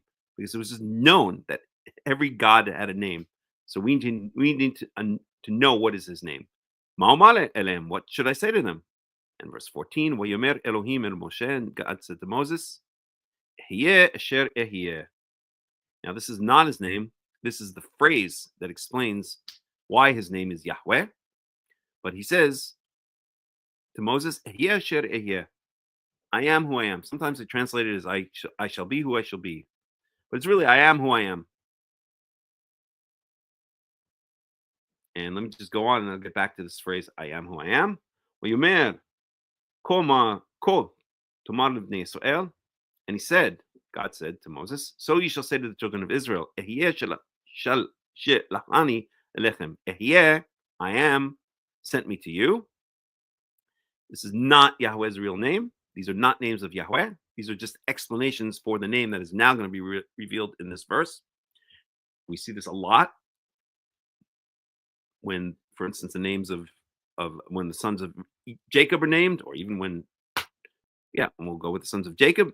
The reason that each name is chosen is it's a reason is given, and then the name is given. So this is the reason why, verse 15, Vayomer od Elohim and Moshe, and then Yahweh said further to Moses, Kot tomar el ben Israel. This is what you shall actually say to the children of Israel. This is what you shall really say to the children of Israel. Yahweh Elohei avotechem, Elohei Abraham, Elohei Yitzchak, Elohei Yaakov, shelachani elechem. Yahweh, the God of your fathers, of Abraham, Isaac, and Jacob, sent me to you. This is my name for eternity, from here on after, really. And this is the way you shall remember me. This is the way you shall call me from generation to generation. So his real name is Yahweh. That's in here in verse 15. Yahweh. It's the first time the name is actually revealed. It's revealed to Moses at the burning bush. But the explanation for the name, the background material, the context for the name, it's funny because for one of my clients, when I'm not doing Torah, which I would like to be doing all the time, actually it's good not to be doing it all the time, but I actually do have a day job, and that's computer programming. And one of the things I had to do for one of my clients this week was integrate to integrate ChatGPT into his website. So you ask a question and it gives an answer, and you ask another question, it gives an answer. And when you send the answer over to ChatGPT, or when you send the question over to ChatGPT, you don't just send the question, you can also optionally send something called a context. So the context is the background information on which the question is going to be answered. So let's say, I don't know, let's say I wanted to send a question over to ChatGPT. What's the temperature going to be today? The background information may be the person asking this question does not like hot and humid weather, and lives in, I don't know, in New York City. Maybe it's a bad example because it's not hot in New York City right now. So then ChatGPT doesn't just give an answer out of nowhere. ChatGPT gives an answer with a context.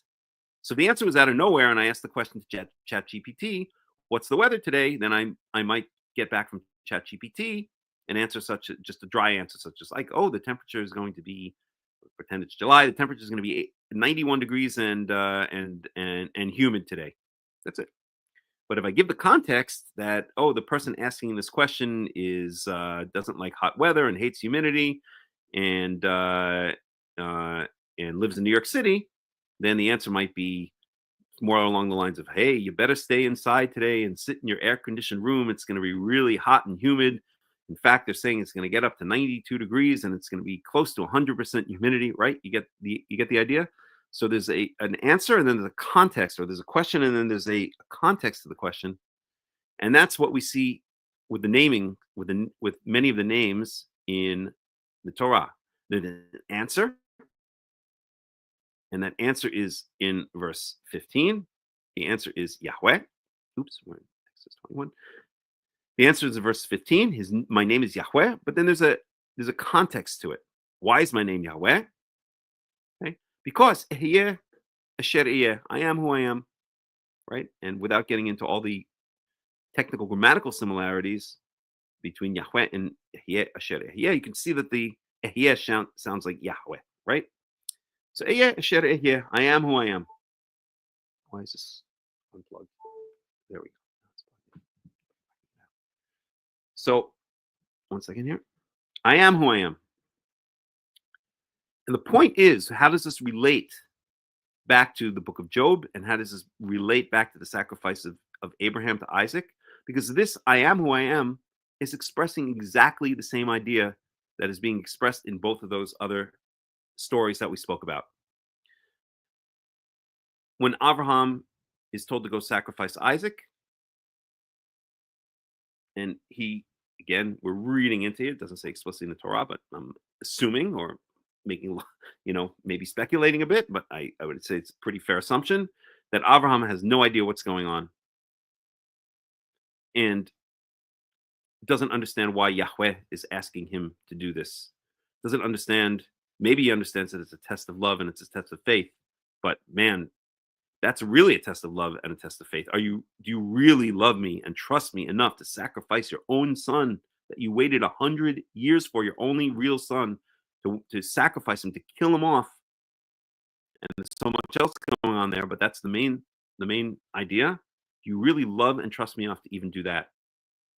So in order for Abraham to be able to answer that question in the affirmative, then he has to understand that Yahweh is based on the idea of Ehyeh Asher Ehyeh, I am who I am. Abraham has to understand that Yahweh is who he is. He has his reasons for asking questions, and he doesn't have to explain himself to anybody. And if we really love him and we really trust him, we may not understand why he does what he does, but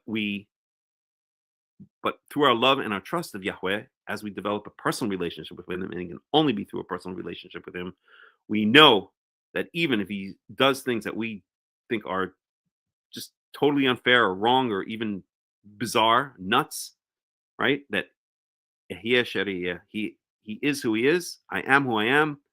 And if we have total faith in him and total trust in him and total love for him, then we realize he has his reasons for doing what he's doing, for asking us to do what he's asking us to do, and he doesn't have to explain himself to us or to anybody. And that's exactly the same theme that's expressed in the book of Job, when Yahweh at the end of the book of Job comes out of the whirlwind and gives the long poetic speech about, where were you when I laid out the constellations? Can you remove a star from the Pleiades and change Orion? Or I don't remember the exact words, but basically along those lines, right?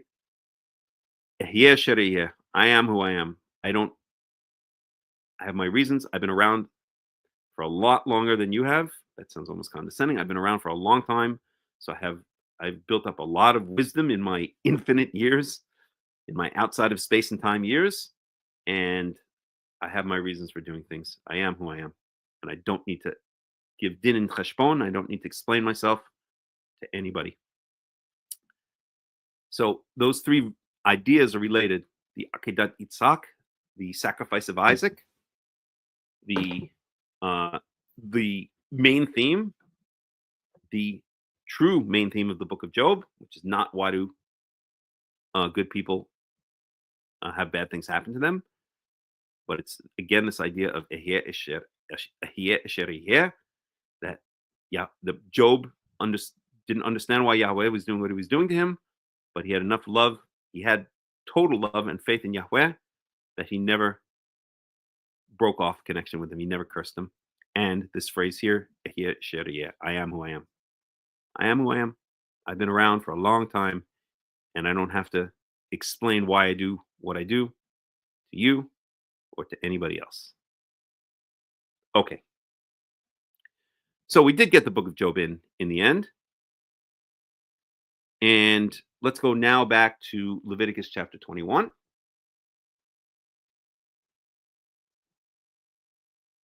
And I totally forgot how we got onto that track, but it doesn't matter. Oh, right. Yes, I do remember now. Of course. We were talking about this idea here of why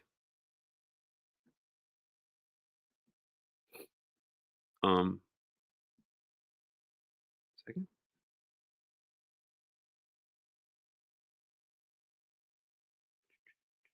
Verse 5. Right. Why the Torah is asking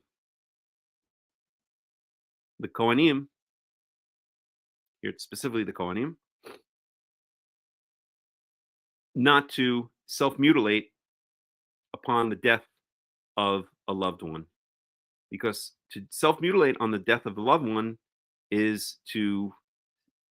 be the same as Abraham saying, no, God, I'm not going to sacrifice Isaac, or Job saying, or Job cursing God, or people saying, or people not believing that God is who he is. Because this very idea here, as we said, and this is how we got off into our very non-tangential tangent, expresses the idea not of a loving, wise God, but rather the idea of a mean, cruel, petty, and vindictive God that needs his anger appeased by seeing his human servants suffer. That's the only thing that, it's almost like, I don't know, let's say I don't know where I come up with all these analogies, but let's say you had a serial killer who broke into your house, God forbid. I mean, this can happen in the United States these days, maybe now and not with Trump being in office, but if Kamala got in office, that would definitely be happening.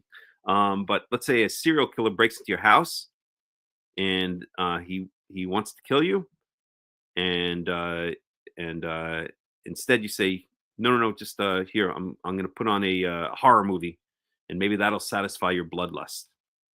So that's kind of the idea. By maybe if I gash myself, it'll satisfy the cruel God with a lowercase g's bloodlust. Or if I sacrifice my child to you, it'll satisfy your bloodlust. That's the idea of the God that's being expressed by people who self-mutilate in response to the death of a loved one, because it's essentially saying that Yahweh is cruel. He killed this person off. It's showing a lack of faith in Yahweh. It's showing a lack of belief in that whatever Yahweh does, even though we don't understand it, and it's very painful at times, has his reasons for doing things. Self-mutilation, it does not express that love and faith in Yahweh for bringing upon the death of a loved one. But if we have love and faith in Yahweh, I have a friend here in the community who just lost his brother, and he said something very interesting to me today. And I'll probably go visit him later. Really, really super nice and special guy. And he said to me, we were talking in the Beit Knesset today, and he said, within the sadness, there's a certain happiness. There's a certain simcha. And what did he mean by that? He explained it. And he said that he realizes that although he's very sad that he's going to miss his brother, and I'm paraphrasing him here, that he knows that it was time for him to move on to the next stage. And there were other happy moments in his mourning period. And that can only come from belief, true belief, a personal connection with a God who he believes and who we believe is a kind and merciful God, and is not out to get us, and is only out to help us and do amazingly good things for us. And yes, he does painful things to us, such as take away loved ones from us, and we don't understand, especially when it's happening. We don't understand why, maybe. But if we truly have faith in Yahweh, then even during those times of pain and suffering and potential crisis in faith, we can see that there's a reason. We can get glimpses of the fact that there's a reason that Yahweh is doing what he's doing. And even if we don't understand the reasons, that we know he's a kind and merciful God who has his reasons for doing what he does. He is who he is. He does what he does because he has his reasons, because he's been around for a long time and knows what he's doing. Okay. Let's go on to, maybe I'll tell this to my friend tonight when I meet him. Okay. Verse 6.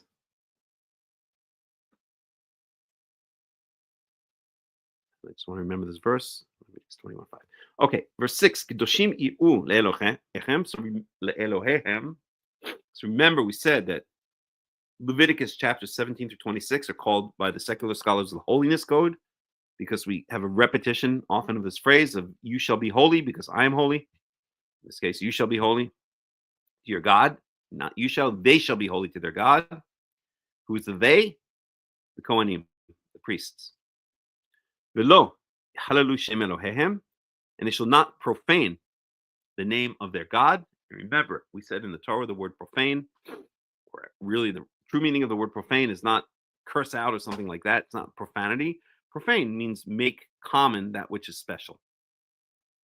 So if I were on, let's say I were a Hindu, and I don't know what the special Hindu holiday is, Diwali. And on Diwali, I decided I'm going to dress up like a bum, play video games, and then meet my friends at McDonald's later on in the afternoon. That, if I were a Hindu, that would be profaning the holy with a lowercase h. I'm not a Hindu. That's the idea of profaning something. It's not that playing video games and going to McDonald's is anything, is anything depraved or anything disgusting. I mean, I don't go to McDonald's myself, but it's not something horrible. It's just the kind of thing you would do on a regular day, not on a holy day. And that's the idea here of not profaning the name of God. Just don't turn it into another name. Don't turn Yahweh into Bob and Jack and Joe and Jill.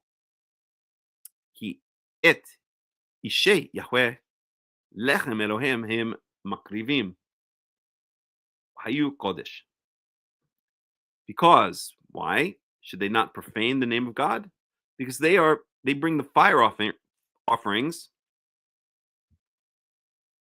They offer the fire offerings. I shouldn't say the fire offerings. They offer the fire, the Ishe Yahweh. I mean, it just says the fire things of Yahweh. Okay, we'll go with fire offerings. The fire offerings of Yahweh, lechem Elohim, the food of their God. They offer Ayu Kodesh, and so they should be holy, right? They bring God his food, figuratively speaking. Our God Yahweh doesn't eat. That's why all of the parts of the sacrifice are either burnt on the altar. I'm talking about the meat, not the blood, or either burnt on the altar, or they are given to the Cohanim, or they're given in some sacrifices we saw when we studied the beginning of the book of Leviticus to the person who brings the sacrifice.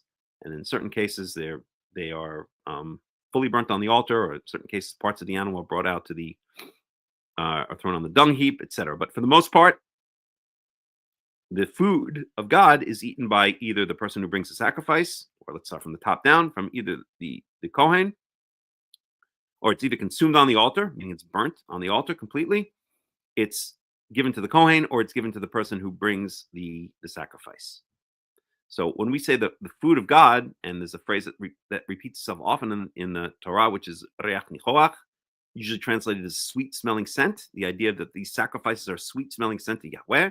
When this barbecue is taking place in his house, so think of, it's like in his backyard, we're doing like, everyone's doing like a perpetual barbecue back there. It's like everyone's coming over from the neighborhood and grilling in Yahweh's backyard, and he's smelling all this stuff up in heaven, and he's saying, "Wow, these people really, really love me because they're bringing me the best meat." Now, I'm a vegetarian, but but uh, you know, well, we won't get into the whole vegetarian thing right now, but people do eat meat, and I know that even as a vegetarian, I've been a vegetarian for decades now. That even if I'm driving in my car and I pass by a barbecue, it's a very tempting smell. I have to say, I, I don't want to go down the whole route of vegetarianism. Why it doesn't matter. The point is that that is the food that Yahweh likes. He knows that his people are bringing him the top choice meats from their first and their best animals from their flocks and from their herds. And when he smells the scent of these burning meats, he knows that his people love him because they're bringing him this top notch barbecue, basically. Okay, and then it says in response that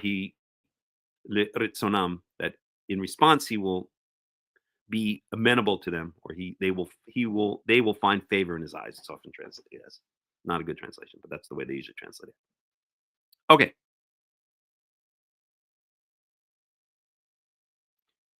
No, it's not lechem panim. Challengers of blindness. Lechem panim is something else. Lechem panim is the showbread, and that is not the meat sacrifices. That is inside the holy area, the mikdash. When you walk inside the holy area, inside the tent of meeting, then you first come to the holy area, then come to the holy of holies. When you walk inside the holy area, you're walking east to west. And on the left side, you're going to have the menorah. On the right, in front of you, you're going to have the incense altar. And on the right of you, you're going to have the showbread altar, where 12 loaves of bread are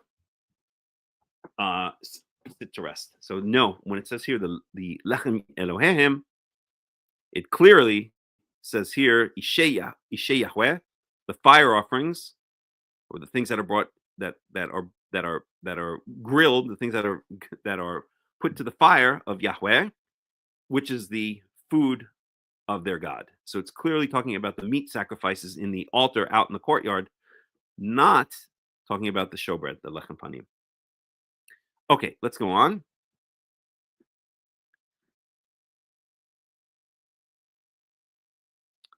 Verse 7. So, how are the Cohanim to be holy? Isha zona v'halala lo yikahu wa isha girusha mi isha lo yikahu. And let's stop right there because it's etnach. That's a semicolon. So a prostitute, a woman who's a prostitute, and a halala. We'll talk about what that means in a second. Here they translate it as a defiled woman, a profaned woman. Lo yikhu. So you shall not marry a prostitute and a defiled woman, whatever that means. We'll get some insight into that in a second. Isha grusha me isha lo yikahu. And a woman who's divorced from her husband, from her man, they shall not take as a wife. Ki kadosh hu le'elohav, because he is holy. The Kohen is holy to his God. So, beyond not self-mutilating for their dead kin, they also are not supposed to marry a prostitute, a profaned or a defiled woman, whatever that means. We'll talk about it in a second, and a divorced woman. So what is left? Well, what's left is a woman who's never been married, and an almanah, a widowed woman. So we see here, that there is a hierarchy of women, of the states of women. Sorry if that doesn't sound, very politically correct in this day and age, but the Torah clearly has a hierarchy of the status of women. So the lowest class is a prostitute. The next would be a halala, would be a defiled woman. We'll talk about that in a second. And next would be a divorced woman. So divorced woman, a woman is allowed to get divorced, or a man is allowed to divorce a woman. The sefer kritut, basically with a letter of divorce. But a woman who's divorced is considered kind of like, sorry to say, is considered like damaged goods. Doesn't mean she can't get remarried. Doesn't mean she's not a potentially very, very good woman. But a Kohen who's supposed to have this extra level of holiness is not supposed to marry a woman who's tainted with a history of divorce. That's the way it is.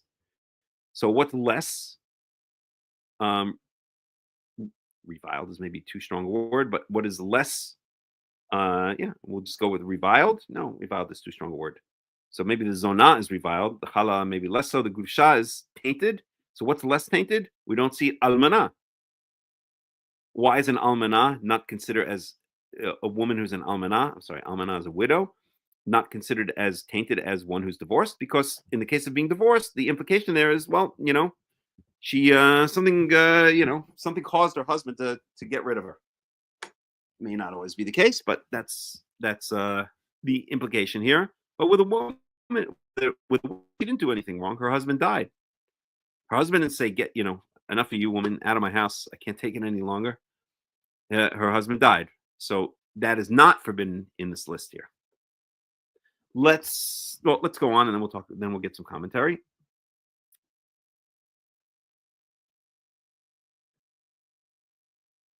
Okay, verse 8. V'ki dashto ki et lechem Elohecha hu makriv, and you shall keep him holy. You shall make sure he's holy, because he brings the food to your God. He brings food to your God. He offers food to your God. Okay. Kadosh lach, ki kadosh ani Yahweh mekadishchem. So he shall be holy, or he shall therefore be holy to you.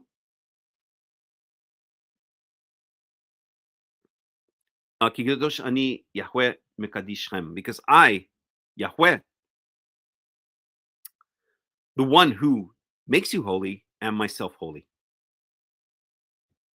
So there's a bit to unpack there, but the basic idea that is being expressed is that by the Kohen not marrying these women with tainted pasts, that is the way they stay holy. And v'kidashto, you shall. This is a it's essentially a command. V'kidashto, you shall make him holy. You shall keep him holy. Who's the you that it's speaking to? Maybe a bit unclear, but I would say it's either speaking to Moses, really to the people of Israel, to make sure that this law is enforced. Okay, as a general, speaking as a generality to the people of Israel.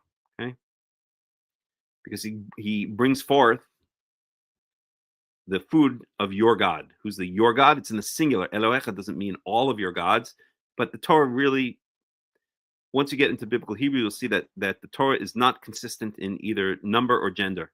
So it can switch back and forth between number, and not much is meant by it. It's just expressing it in a slightly different way. So again, it's really speaking about all of the people of Israel, maybe as a unit. Okay. And again, Kodesh Yelach, he shall be holy to you. Who's the you? Again, I think the implication here is to the people of Israel. Kadosh ani Yahweh mikadishchem, because I, Yahweh, am holy. I, Yahweh, who makes you holy, am myself holy. So only someone who is holy, because I, Yahweh, am holy, can I make you holy. In other words, holiness can only be passed on from something that's already holy, is the implication there. Okay, bat ish kohen kitahel is not. So the daughter of a priest, literally a priest man, that begins to either literally it means that begins to be a prostitute, that prostitutes herself, but by implication, it could mean just begins to act like a slut, begins to become promiscuous, but literally means a prostitute. We can discuss whether it also includes someone who's just sleeping around. Et aviha hi michalelet. She has profaned her father. So her father is supposed to be holy. So kadosh and halal or chol are opposites of each other. Kadosh means holy, separated, set apart, whereas halal means common, not set apart, just average. So again, the example that I like to give is that a day that's chol, as we even say in modern Hebrew, yom chol. It just means an average day, a Monday, a Tuesday, a Wednesday. What is a holy day? Kadosh is Shabbat. It's a Saturday. That's the difference. Kadosh is a special day. A day that's a halal or chol, it's not that it's a bad day. It's not a disgusting, horrible, hideous day. It's just an average day. And what Yahweh doesn't like is when you take that which is special, we spoke about this above, and make it into something average. So if a Hindu spends his Diwali instead of at the Hindu temple, when I used to live back in Queens, New York, there was a huge Hindu temple. And we used to go there and eat nice Indian food there. At any rate, neither here nor there. If on Diwali a Hindu spends his holy day not at the Hindu temple praying to his lowercase God, which are literally idols. If you've ever been to a Hindu temple, it's really disgusting.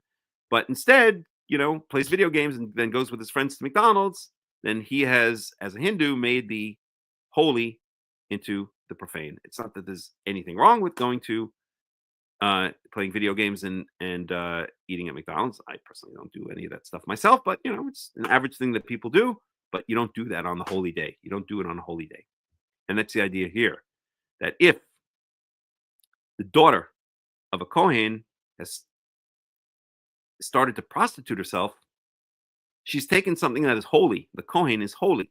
He's not just, he has a level of holiness that's above and beyond the average Israelite. All of Israel is meant to be holy, but the Kohen are supposed to be kadosh kadoshim, holy within holy, or holy of holies. They are held to a higher standard of holiness. Why? Because they bring the fire offerings, they bring the food of Yahweh. They are the ones who serve Yahweh his food. So imagine, someone who works in the White House would have to be held to a higher standard, in theory, right? Let's say the person who, I don't know, the chief of staff of Donald Trump, I think he chose his chief of staff, I think it's some chick, woman. And so that person would be expected to be held to a higher standard than just, an average person, okay? Because she's working close to the president of the United States. So it's the same idea here, that the Kohen is expected to be held to a higher standard because he is working in close proximity to Yahweh, to the Kavod Yahweh, the glory of Yahweh, which we've spoken about before. He's serving, quote unquote, serving Yahweh his quote unquote food. Okay. So what happens to the daughter of a Kohen? So if the daughter of a Kohen starts to prostitute herself, she's now turned this holy of holy Kohen. This Kohen is supposed to stick to a special level of holiness into just another average person. She's profaned him. She's made him just like an average person. Okay. What happens to her?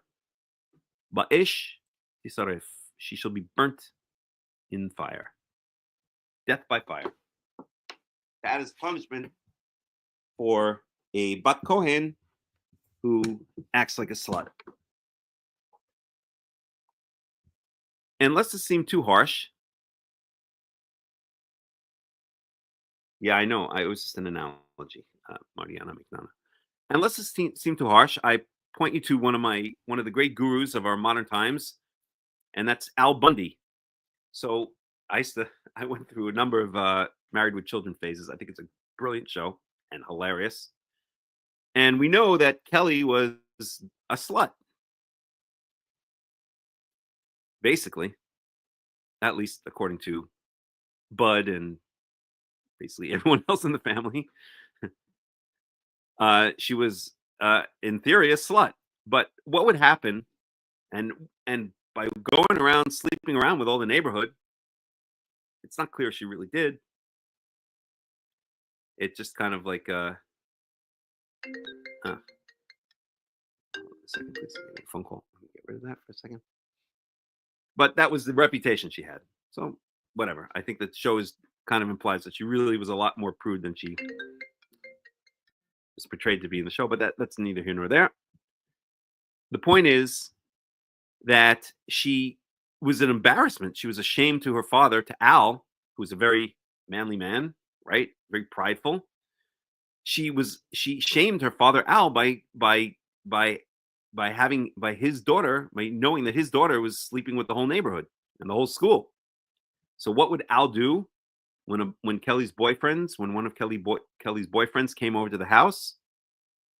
Or let's say Al came home and Kelly was making out on the couch with one of her boyfriends, right? What would Al do if you were a fan of the show? He would basically he basically kicked the kid's ass, right? I remember there's one where he grabs him and then bangs his head against the wall, and then as he's going out the door, bangs his head against the door, and then throws him out to the street because she was causing shame to her father. If you have a daughter who is sleeping around, you are disgraced. You are disgraced to your father. We saw this concept actually a lot in Leviticus 18, Leviticus 20, that by revealing the nakedness of such and such, let's say revealing the nakedness, I think it was, of your father's wife, even if it's not your mother, if you have relations with your father's wife, you're in a sense revealing his nakedness. You're causing shame to your father by having sex with your father's wife. So if your daughter is a slut, then she is causing shame to you. She's causing shame to her father. And it's bad enough if it's a regular person within Israel, and there's another commandment in the Torah which we'll get to, which is the Lo tihye kadisha bivnot Yisrael. There should not be a prostitute or holy prostitute. Prostitute will go with among the daughters of Israel, but this is especially speaking about the Cohanim. They're held to a higher standard of holiness because they are the ones who are working in close proximity with Yahweh, the ones serving the food, preparing and serving the food to Yahweh, to the king, and the King of Kings. And so if the daughter is a slut, then she is burnt to expunge, to burn out, to bi'at et harav mi'Yisrael, to expunge that shame and that evil from the Cohanim, then she is burnt to death in fire. And we actually see this. I won't go to it right now, but in Exodus, let's go to it very briefly, but just in the English, in Genesis chapter 35, if I'm not mistaken. So we see Judah.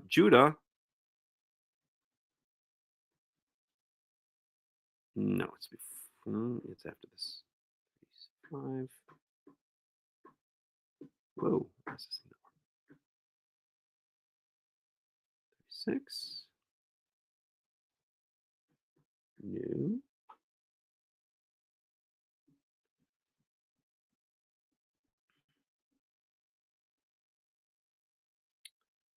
No, it's before this. I can't find it right now. It's around there somewhere. But at any rate, we see that when Judah finds out that his daughter-in-law is acting as a prostitute, there's a whole story going on there. But when he finds out that his daughter-in-law is acting as a prostitute, he says, "Bring her out to be burnt to death." And then it turns out that he was the one who had sex with her and whatever. There's a whole story going on there, if you remember, with the case of Er and Onan. But we're not going to get into it right now because we'll get off too much on a tangent. But the point is, the point I want to make there is that we saw that before. Now, Yehuda was not a Kohen. There was no nation of Israel per se at that point. Right? There had not been organized into Kohanim. That only came with the giving of the Torah, or maybe even the building of the Mishkan. So with the giving of the Torah. But even there was this idea that if your daughter shames you, defiles you, profanes you by going around acting like a slut or literally being a prostitute, then the proper punishment is that she should be burnt in fire. That's the only way to expunge the shame and the evil that such a thing causes. Okay, let's get a little commentary. We'll go to our buddy Robert Alter. See what he has to say.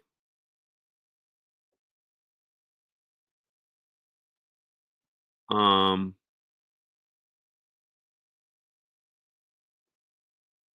see.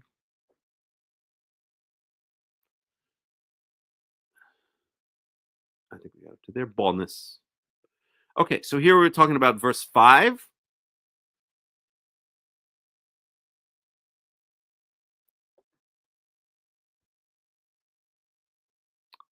About no self-mutilation as part of mourning rituals. Mourning, mourning, not mourning rituals like not me, but like if I were a tech bro out in San Francisco, like doing my ice bath at 4 a.m. and then having my cafe latte watte schmate and reading the I don't know, the New York Times, whatever. Not that kind of mourning ritual. The mourning, mourning, for the dead ritual that involves self-mutilation. So this is what Robert Alter says. All of these acts are pagan rites of mourning that must be avoided. So I think, again, that so many people point this out, so many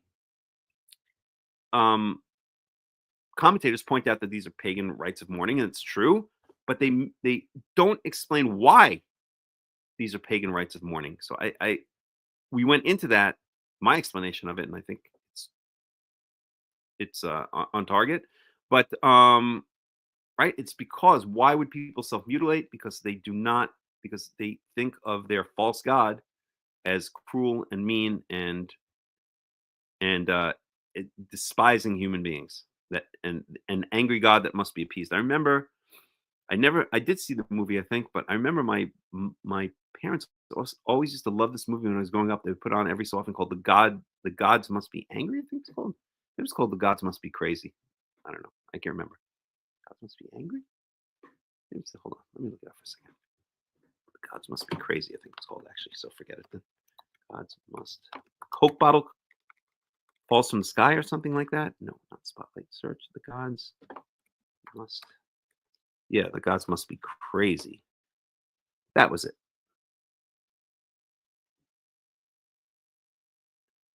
I should watch it again.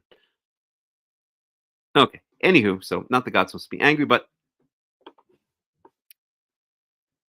okay, let's go before I get off on more tangents. There are other pagan gestures of mourning, as attested, for example, in Ugaritic texts, that are permitted to the Israelites, such as putting on. I was going to mention. So, what are quote unquote kosher forms of mourning? Because we do see mourning rituals throughout Israel. The two most common are the ripping of the beged, the ripping of the garment, and the putting of ashes on the head, sitting on the floor with sackcloth. Okay, so just putting ashes on the head and donning sackcloth. Those are two of the common ones. Again, there are other ones as well. Other ones that are mentioned are ripping clothing is very common, and the other one is lifrom at the rosh, which is usually understood as messing up your hair or letting your hair down.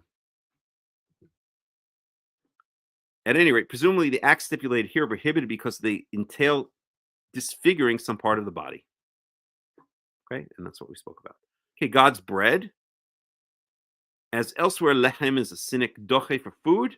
So bread literally means, lechem literally means bread, but by extension, it means food.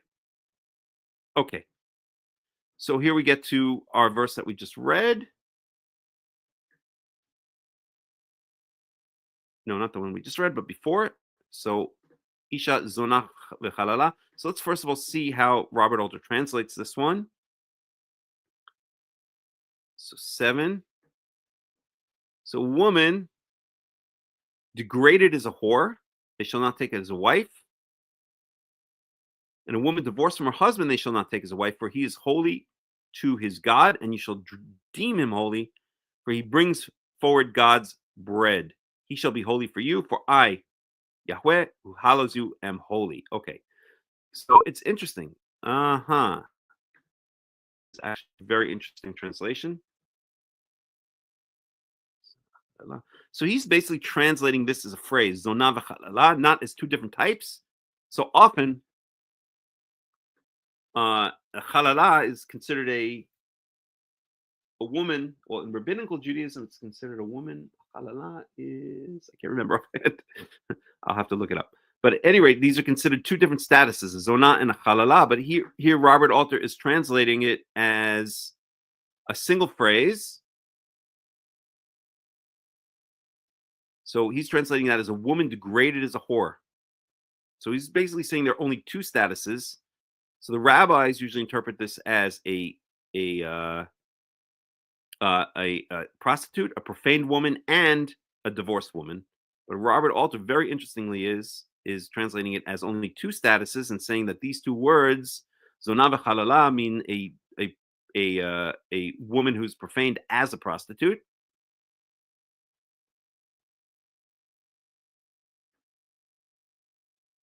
And then the other status is a divorced woman. All right, so let's get his explanation here. So, woman degraded as a whore. This translation follows the proposal of many modern scholars that zonah wa halala, literally whore and degraded one, is a hen. Oh God, here he goes again. We'll have to look this word up. Hendidadis, hendidatis, hendidatis. All right, we'll look it up. Used to convey the idea of the intrinsically degraded condition of the whore. Milgram's proposal that halala means raped woman rests on rather flimsy philological evidence. Note that in verse 9, the same two roots are put together, this time as a verb and an infinitive, and we'll get to that. Tachel is not. Okay. Degrade herself in whoring, strongly suggesting that they are a fixed collocation rather than designating two different possibilities. Okay. And then he also says, for he is holy. The Hebrew, like this translation, slips from the plural for all priests to the singular for the individual priest. As we mentioned, and Robert Alter is pointing out this out here, is that biblical Hebrew often switches number and often switches gender. So we can go from singular to plural, back to singular to plural, and nothing much is to be thought of it. It's just expressing itself in that way. Okay, so he's saying something very interesting here. And let's just look up this word. I already get it from the context, what it means. Well, let's get up anyway. He always uses these technical terms like cynic doche. So hendiatus.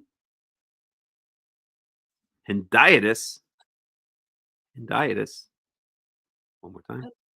The expression of a single idea by two words connected with and, e.g., nice and warm, when one could be used to modify the other as nicely warm. Okay, so we get the idea. So that's what he's saying. Zonah v'chalala means a defiled as a prostitute. And his proof is that in verse 8,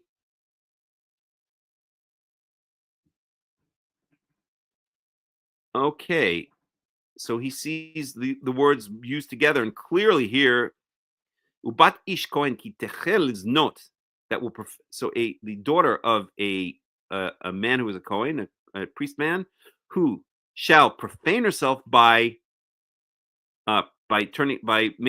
prostituting herself. And here he sees the two words are clearly connected, so he's saying that that implies also that they're connected here, and that these are not two different statuses, that this is actually the same thing. Very, very interesting. I think he makes a very, very good point. Okay.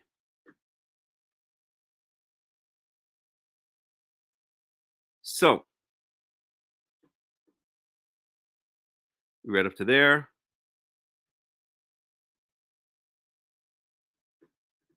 Verse 8.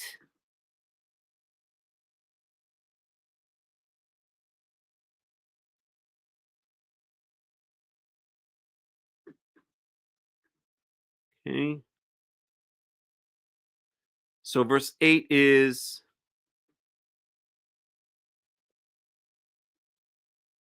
let's just read verse 8 again, and I'll just translate directly into English. And you shall ensure that he is holy, speaking about the priest.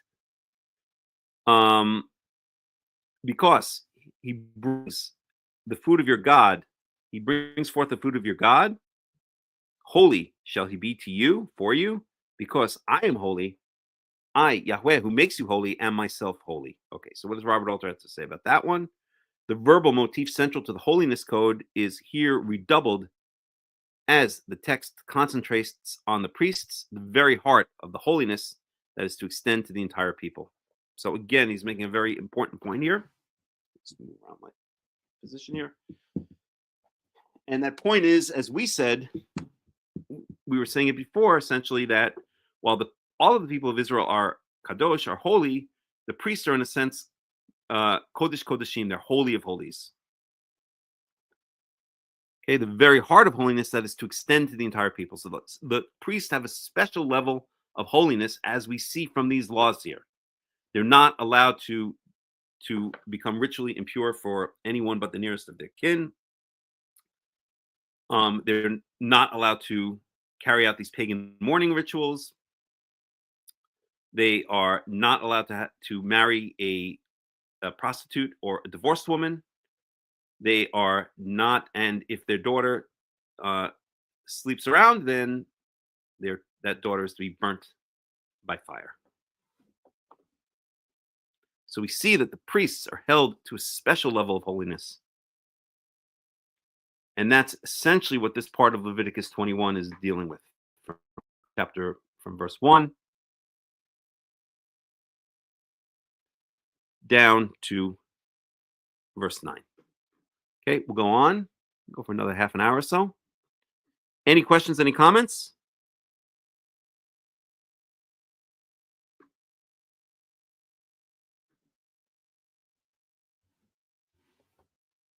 Anybody before we go on?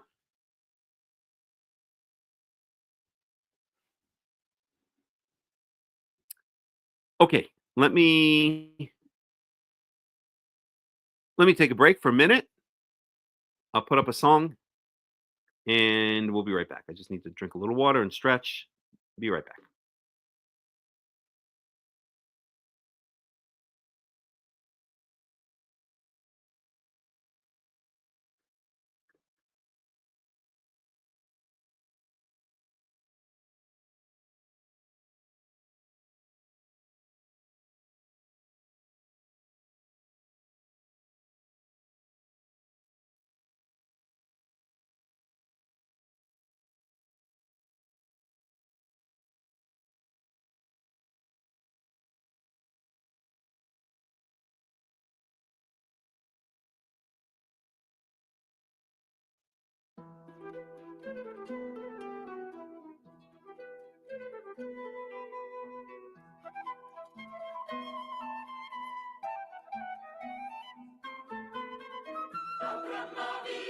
Padre querido, Padre bendito, luz de Israel. Abraham vino, Padre querido, Padre bendito, luz de Israel.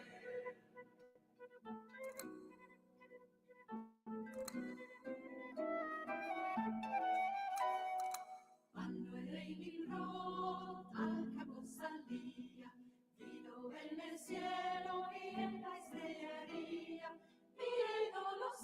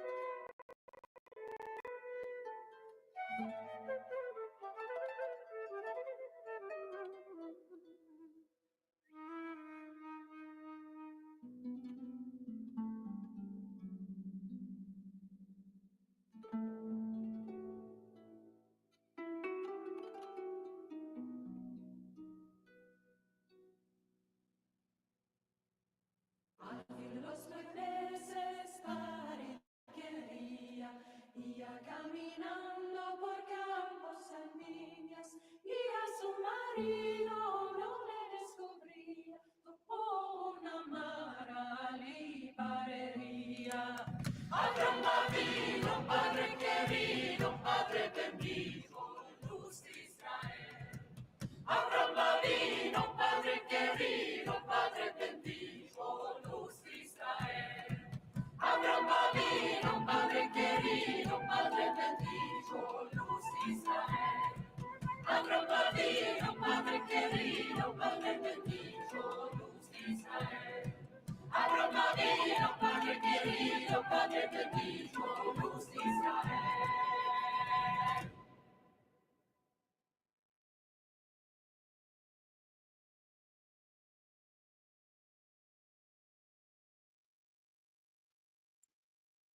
Okay, we're back. Welcome back to the study. We'll go for about another half an hour or so. Hope you're enjoying the study. And so we're in Leviticus chapter 21. And we're up to verse 10. We're up to verse 10. And verse 10 is now going to deal with if the Cohanim if Israel is holy and the Cohanim are the Holy of Holies, then now we're going to deal with the Kohen Gadol, who's maybe the Holy of Holies. Or maybe Israel is just profane and the Kohanim are holy, and the Kohen Gadol, the chief priest, the high priest, is the Holy of Holies. However you want to think of it. So the laws for the Kohen Gadol, for the high priest, are going to be even more restrictive, because he is the single person that wears the special clothing of the Kohanim, that carries the Urim V'Tumim, the only person who enters into the Holy of Holy areas on Yom Kippurim, as we saw in Leviticus chapter 16, which is where Yahweh actually, quote unquote, lives. The glory, the Kavod Yahweh lives on the Ark cover, on the Kaporet of the Ark of the Covenant. So the Kohen Gadol is going to be held to the highest standards. And let's get into that.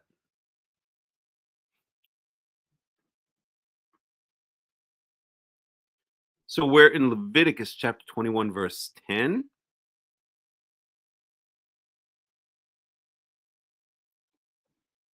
With a Kohen Gadol, how? Let's make the screen a little bit darker here. It's easier to see. והכהן הגדול מאחיו, אשר יוצק על ראשו שמן המשחה. Let's translate up to there. So the chief priest, the high priest from among his brothers, the chief priest from among his brothers, אשר יוצק על ראשו שמן המשחה, upon whose head is poured the anointing oil.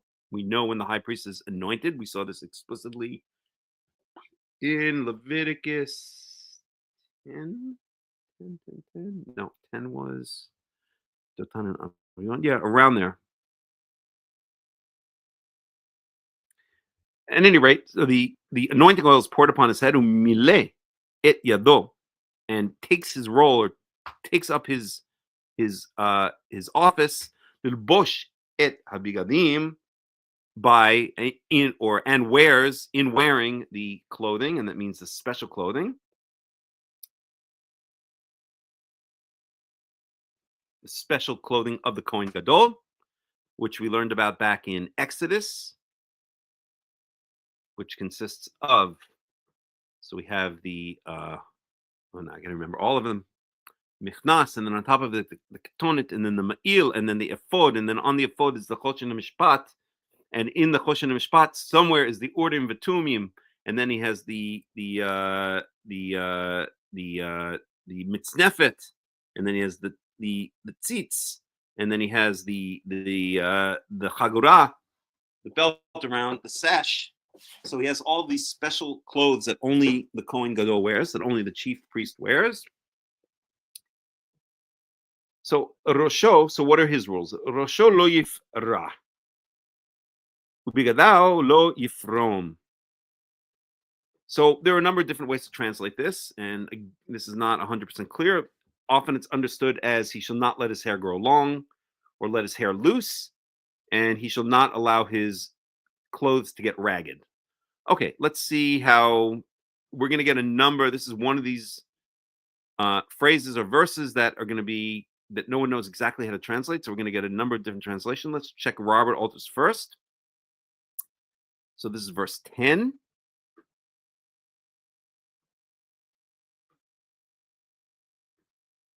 Make this a bit bigger.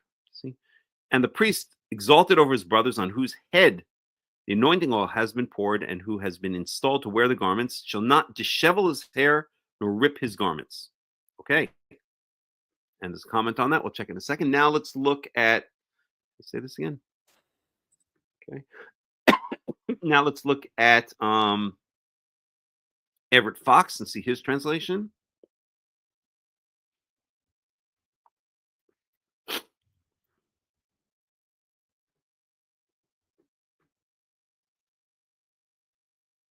So I'm going to guess it's going to be around page 100 or so. Nope. 125. A little bit more.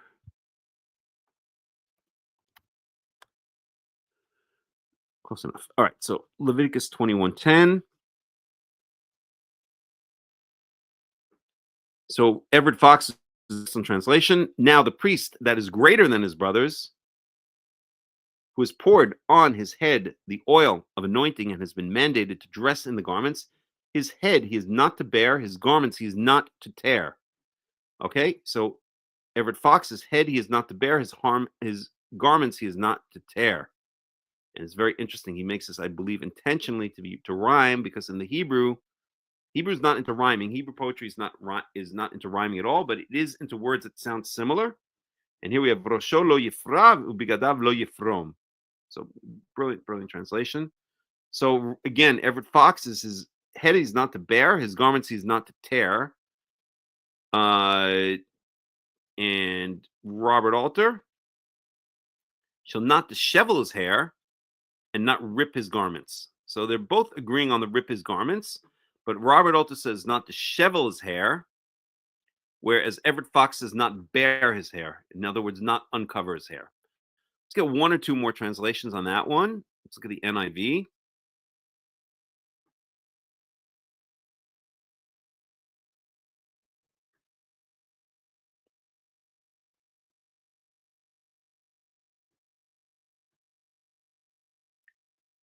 NIV. Actually, let's get to verse 10. NIV. So must not let his hair become unkempt or tear his clothes. So he's agreeing with Robert Alter, dishevel, and not agreeing with Everett Fox, to bear. But if we go to this verse, actually, it's a comment here, or not uncover his head. So there you go. So now that one in the footnote is saying maybe agreeing with Everett Fox. So those are I guess the two possibilities. Let's look at again verse 10. And let's go to, what is it? Parallel translations, I believe, parallel. And we'll get a bunch of different translations. So here we have we read the NIV, the NLV, which I believe is an updated version of the King James. So he must never leave his hair uncombed. or tear his clothing. So he's agreeing with the disheveled. So they all have tear his clothing. Shall not let the hair of his head hang loose. We used to learn in yeshiva grow long, not allow his hair to grow long. He can't be like a teenager hanging out down by the skate park or something like that with the long hair. Let his hair hang loose or tear his garments. Not uncover his head nor rend his clothes. Not uncover his head nor tear his clothes. So they all agree on tear his clothes, but we're getting two for the the first part. So it's either uncover or dishevel his hair. See if there's any others. No, that's pretty much it. Uncover, tear, dishevel. So it's either uncover or dishevel. And the fact that we have those two different translations, even in two excellent translators such as Everett Fox and Robert Alter, implies that nobody really 100% knows what that means. Let's look at the commentary on verse 10. So the garments, though the Hebrew uses the general term for garments, the obvious reference is to the priestly vestments worn in the cult, right? Okay, so that's maybe an obvious point, or should be an obvious point, maybe it's not so much, that he shouldn't wear, should not rip his garments. We're not just talking about, his t-shirt and jeans when he's walking around, going to the marketplace. If the Kohen Gadol ever dressed in anything else, I don't know. But we're talking about the special clothing, the special clothing of the Kohen Gadol, of the high priest. He should not rip them. Obviously not on purpose. He's not going to do it unless he's really a lunatic. Some pretty lunatic Kohen Gadols later on. But I guess this is saying that if his garments are intentionally ripped, or maybe it's also speaking about, this actually might be speaking about mourning rituals, to be honest.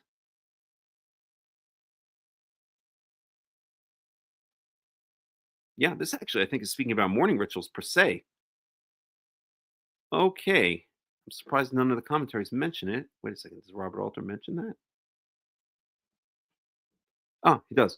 Gestures of mourning permitted for those who are not the high priest. The verb chosen for rip, param, neatly alliterates with para dishevel. So, okay, we said that when we spoke about Everett Fox's translation. Okay, yes, so these are mourning rituals. So the average person, even the Kohen, is allowed to do these mourning rituals. He's allowed to dishevel his hair or uncover his hair, and he's allowed to rip his clothing. Of course, that's what it's mourning rituals, right? It should have been obvious. But he's allowed to rip his clothing. Right? We mentioned before that these are some of the common mourning rituals we see in the Tanakh. And the regular Kohen is allowed to do these things. So the regular Kohen is not allowed to gash himself. He's not allowed to make bald spots in his hair. He's not allowed to pull out his hair, and he's not allowed to pull out his beard, parts of his beard. But he is allowed to do these things. Even, I'm assuming the implication is, even if he's wearing his regular Kohen clothes, which is basically a tunic, he's allowed to rip those clothes, and he's allowed to uncover. He's also wearing a turban, just a regular turban. So he's allowed to uncover his hair or dishevel his hair, maybe uncover and then mess up his hair.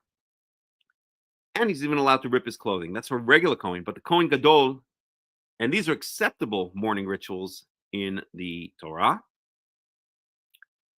These are acceptable because there's no self-mutilation going on. But the Kohen Gadol is not even allowed to do this. He's not even allowed to do these regular mourning rituals because he can't rip the holy clothes that he's wearing, the special clothes of the Kohen Gadol, and maybe because he can't take off his mitznefet, he can't take off his special turban if he's wearing the clothes of the Kohen Gadol. So maybe that gives insight into the fact that lifrom, which we saw translated alternatively in the Hebrew, yifra,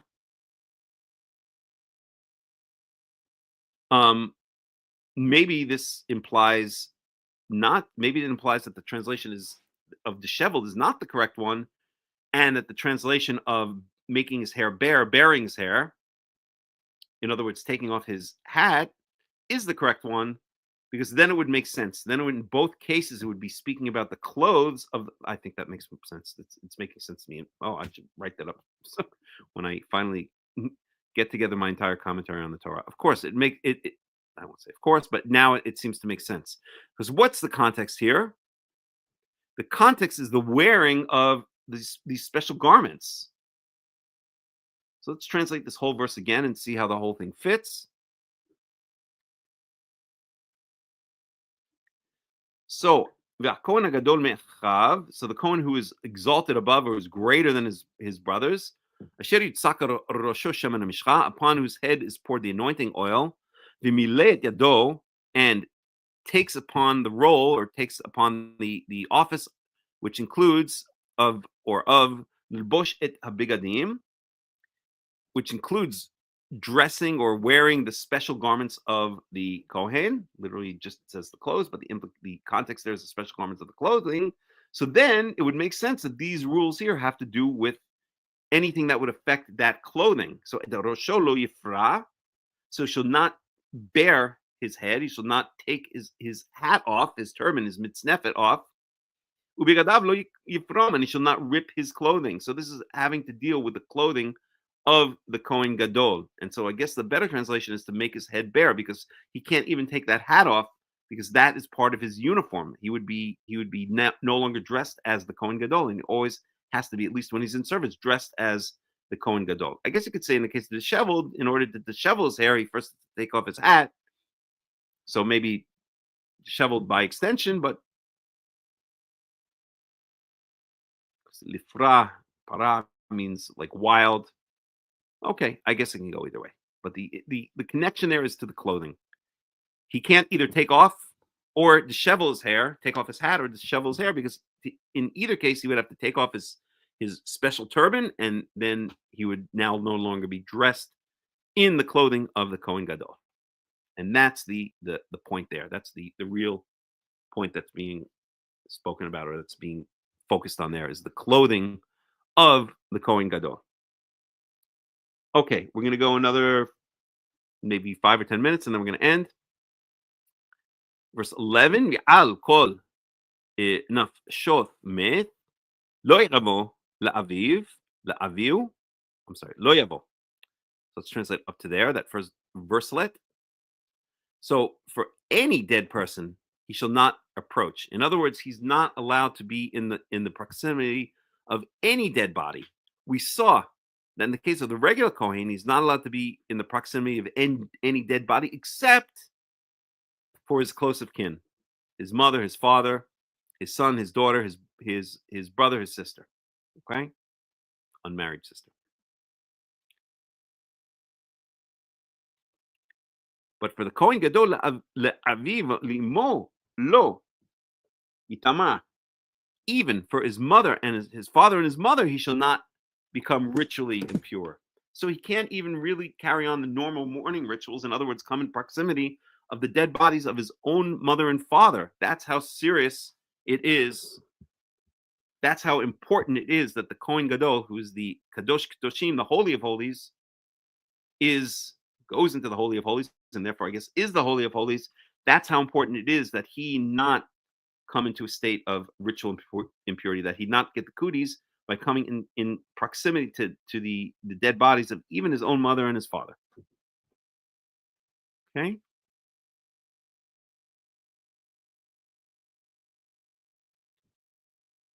Let's go on. Let's see if Robert Alter has anything on that.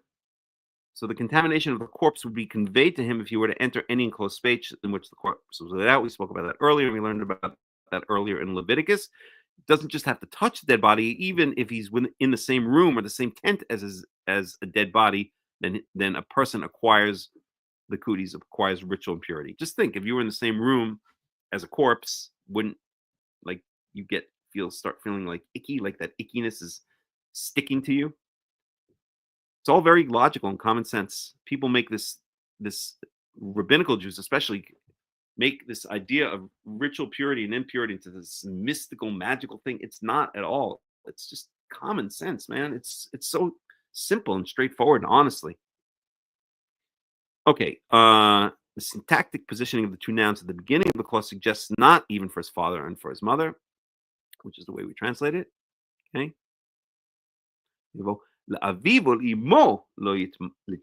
Even for his father and his mother, he shall not come. And that's a very, it's Robert Alter is bringing that point out very nicely. Okay. Oops. Verse 12. Umin hamikdash lo yitze velo yhalel et mikdash Elohau. Ki nezer shemen mishchat Elohau alau ani Yahweh. And from the holy area, from the sanctuary, he shall not go out.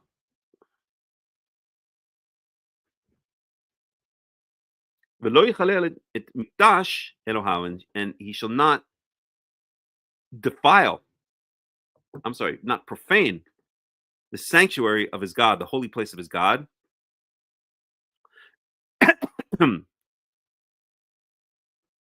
He nezer shemen mishchat Elohau alau, because the, let's see how to translate this. Verse 12. The mark. So nezer.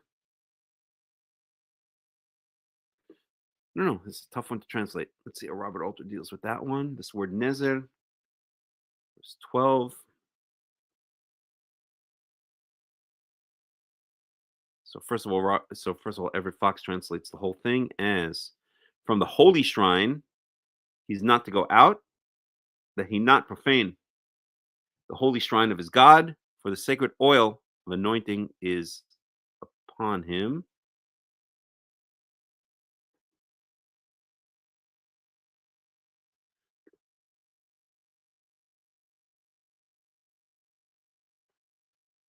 So he's not really translating the word nezer directly. Let me just see for crown, consecration, separation, dedication. Okay. Let me just see for a second for myself.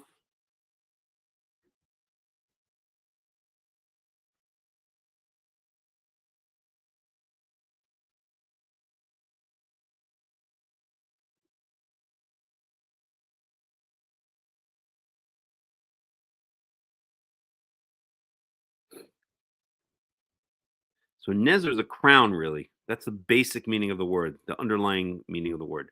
The term nezer primarily denotes a state of consecration or separation, often associated with a vow or special status before God. It is used to describe the physical crown worn by kings and priests, symbolizing their consecrated role. Additionally, it refers to a Nazirite vow, a special form of dedication to God involving abstinence from wine, not cutting one's hair, and avoiding contact with the dead. We'll get to that in the book of Numbers. So why isn't there a BDB on this? That's weird. Okay. Any rate. Oh, I must have. Second. There's the BDB. Okay, but let's read this. So, cultural and historical background in ancient Israel, the concept of consecration was central to religious life. The nezer represented a visible sign of one's dedication to God, whether through the physical crown of a king or a priest or the uncut hair of a Nazirite. The Nazirite vow, detailed in number 6, was a voluntary act of devotion, allowing any Israelite to live in a state of heightened holiness for a period. This vow was a way for individuals to express their commitment to God beyond the regular requirements of the law. So nezer is basically a crown.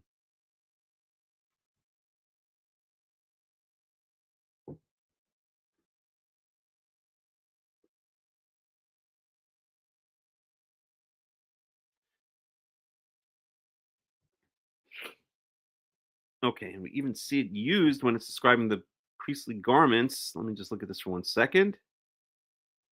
Let's go to this, Exodus 39:30.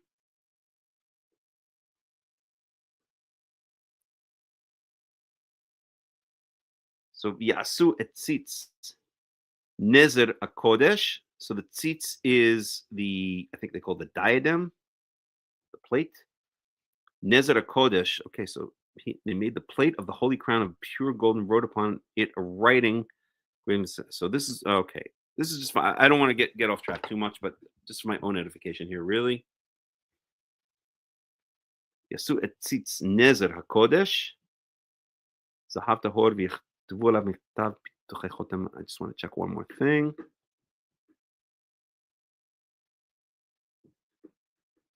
Oops, I didn't mean to close that, but no big deal.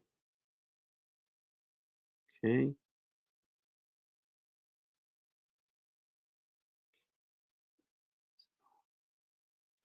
That's the Nazarite vow, all of that. Number 6.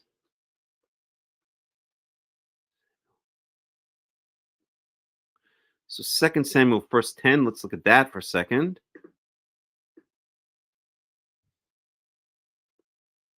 I'm sorry, 2 Samuel 1:10, I should say.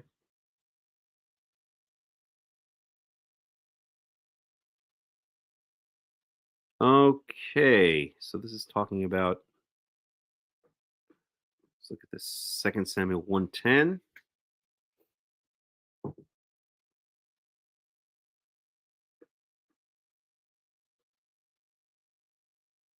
So this is when the Amalekite comes.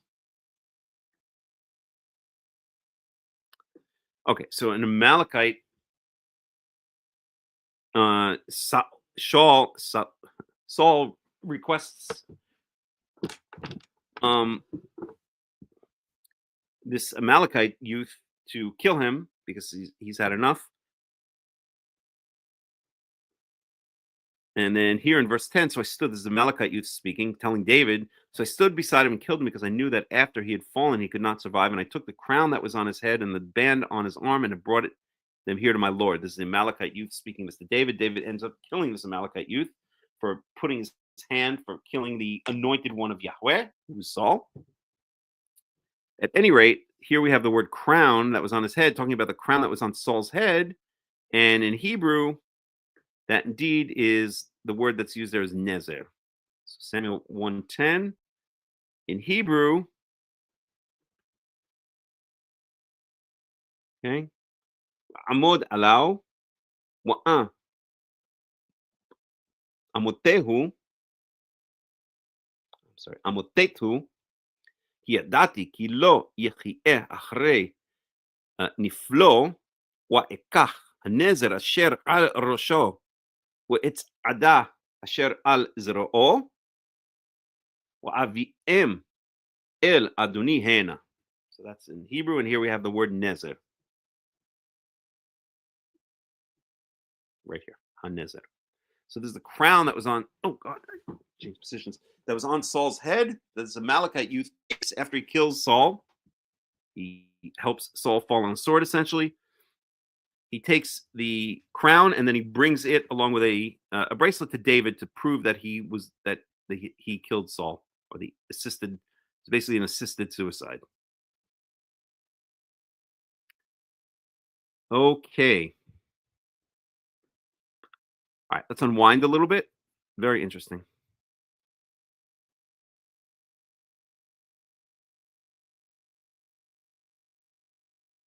Just out of curiosity, what's this? 2 Kings 11.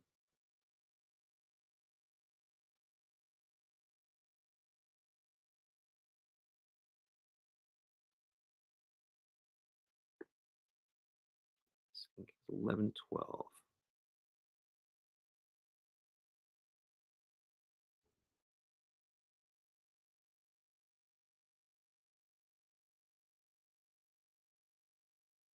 One second.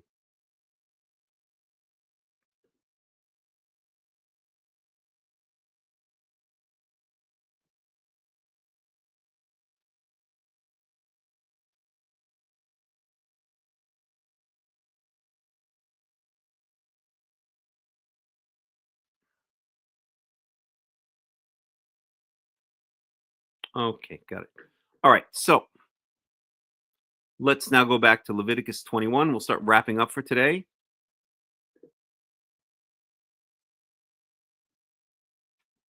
Yeah, I'm going to wrap up now, actually. So Leviticus 21.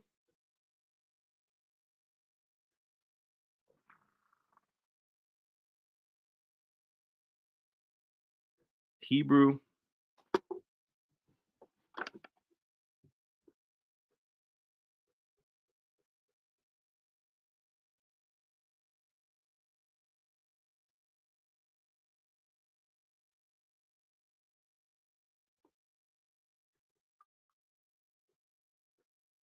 Okay. So we saw that he cannot.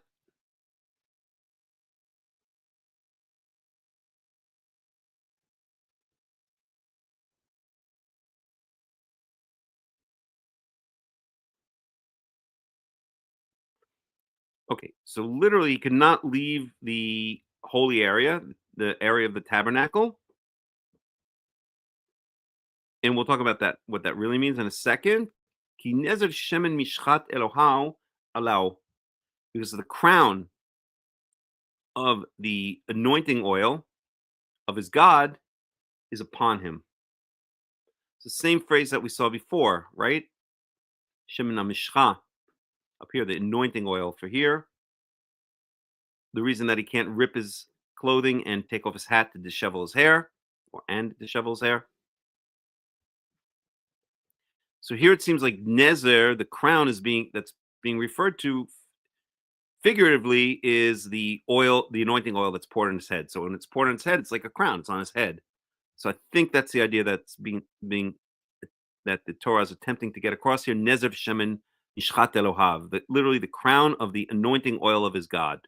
So the anointing oil, which is poured on his head, allow, is upon him or on top of him, over him, is like the crown. That is his crown. He doesn't have a crown. He has the mitznefet, he has the turban, but he doesn't have a crown per se. So that anointing oil is, in a sense, his crown, I believe, is what this verse is attempting to apply. Okay, let's look at verse 12. So he translates it as mark. The Hebrew nezer can also mean diadem, but its etymology indicates to be distinct, set apart, and the anointing oil is the priestly mark of distinction. Okay, he has a slightly different take on it. I'm not sure. After all we looked up right now, and nezer literally means crown. Nazir, yes, it does mean that the Nazir, the Nazarite, is set apart, but only that only set apart because of what he has to do, which kind of that acts as a crown. Okay. Anyway, I don't want to get too down the rabbit hole here. It's more for my own thinking. Okay. So we're going to stop here. Okay. So we're up to verse 13. We'll start in verse 13 next time.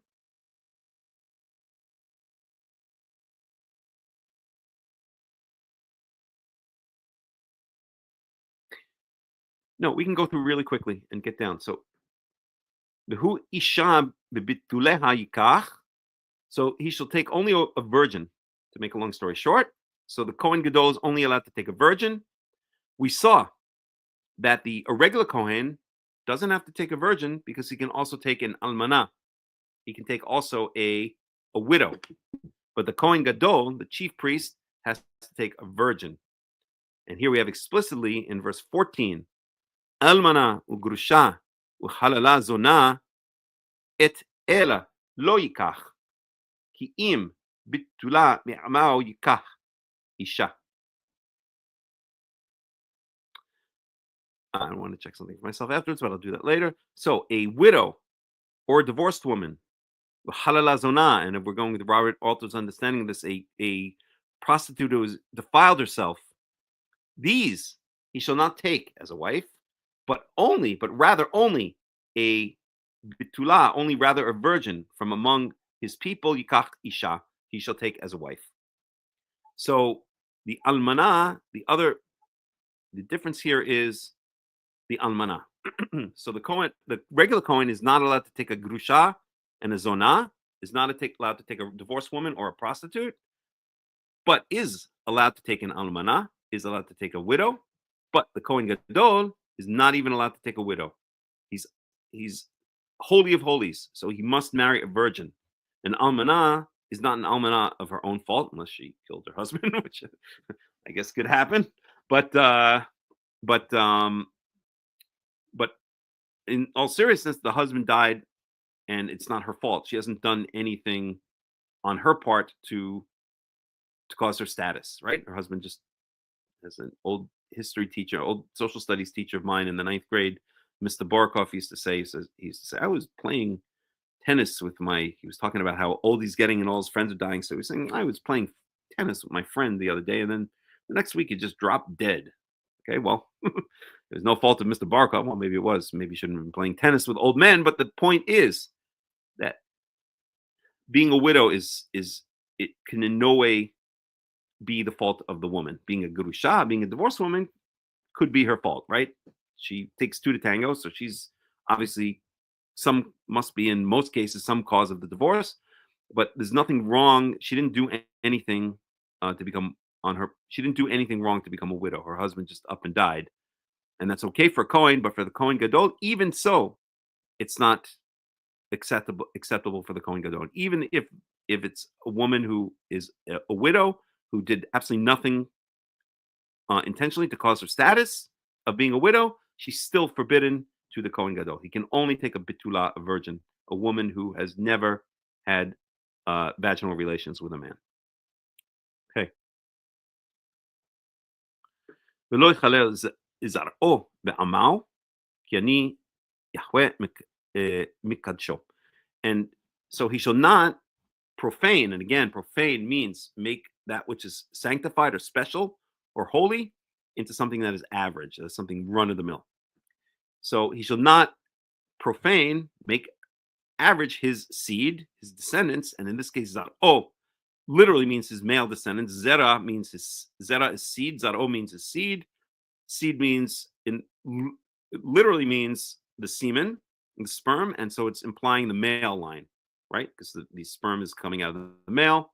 The Y chromosome goes to the male. So this is literally in this context implying the male line, because the Cohanim are of the male line.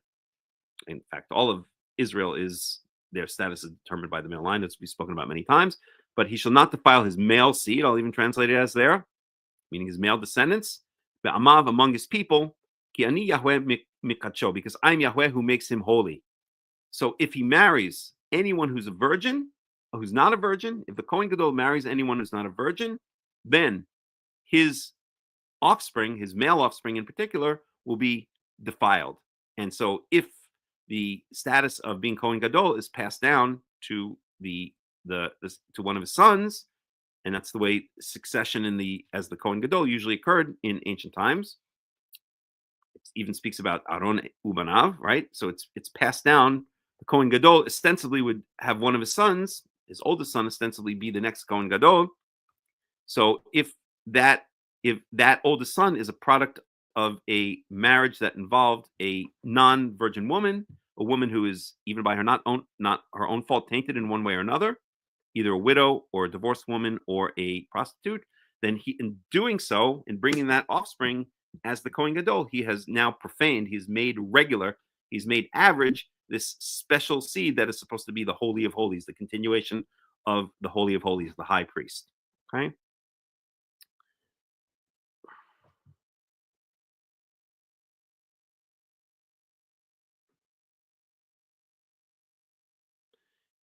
Okay, and then we get into blemishes. So we can stop right there. Okay, so let me just mark down that we got up to 15. And next time we're going to start in verse 16.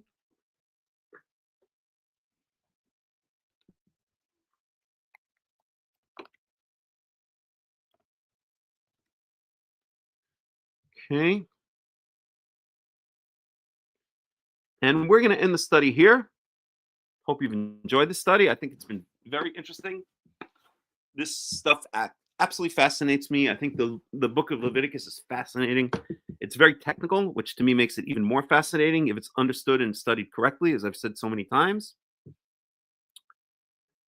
And I hope you've enjoyed the study, is all I can say. Read the book of Leviticus on your own. We're going to end the study here. Thank you for joining. please spread the word about the study. Like, share, subscribe, all of that nice kind of stuff. And let's get the word out. I love doing these studies. I've started doing a lot of shorter form videos on the World Alliance of Qara'im YouTube channel. But I think it's very important to do these long, deep dives. So even if not as many people, one of my videos on the shorts, I haven't even checked lately. Maybe it's more, but one got 10,000 views. The one where I visited the eastern gate of the Temple Mount. So these get nothing like 10,000 views, but I think it's still very important to have these deep dives into the Torah each week, and I'm really glad we're doing these. So thank you for joining us. This is Hakham Melech Ben Yaakov of the World Alliance of Qara'im, signing off, wishing everybody a Shabbat Shalom, wherever you are, or a Shavua Tov, wherever you are in the world. Hope you have a great week, and Be'ezarat Yahweh, we will see you again next week. We'll go out with some music, as always, and we'll talk to you soon.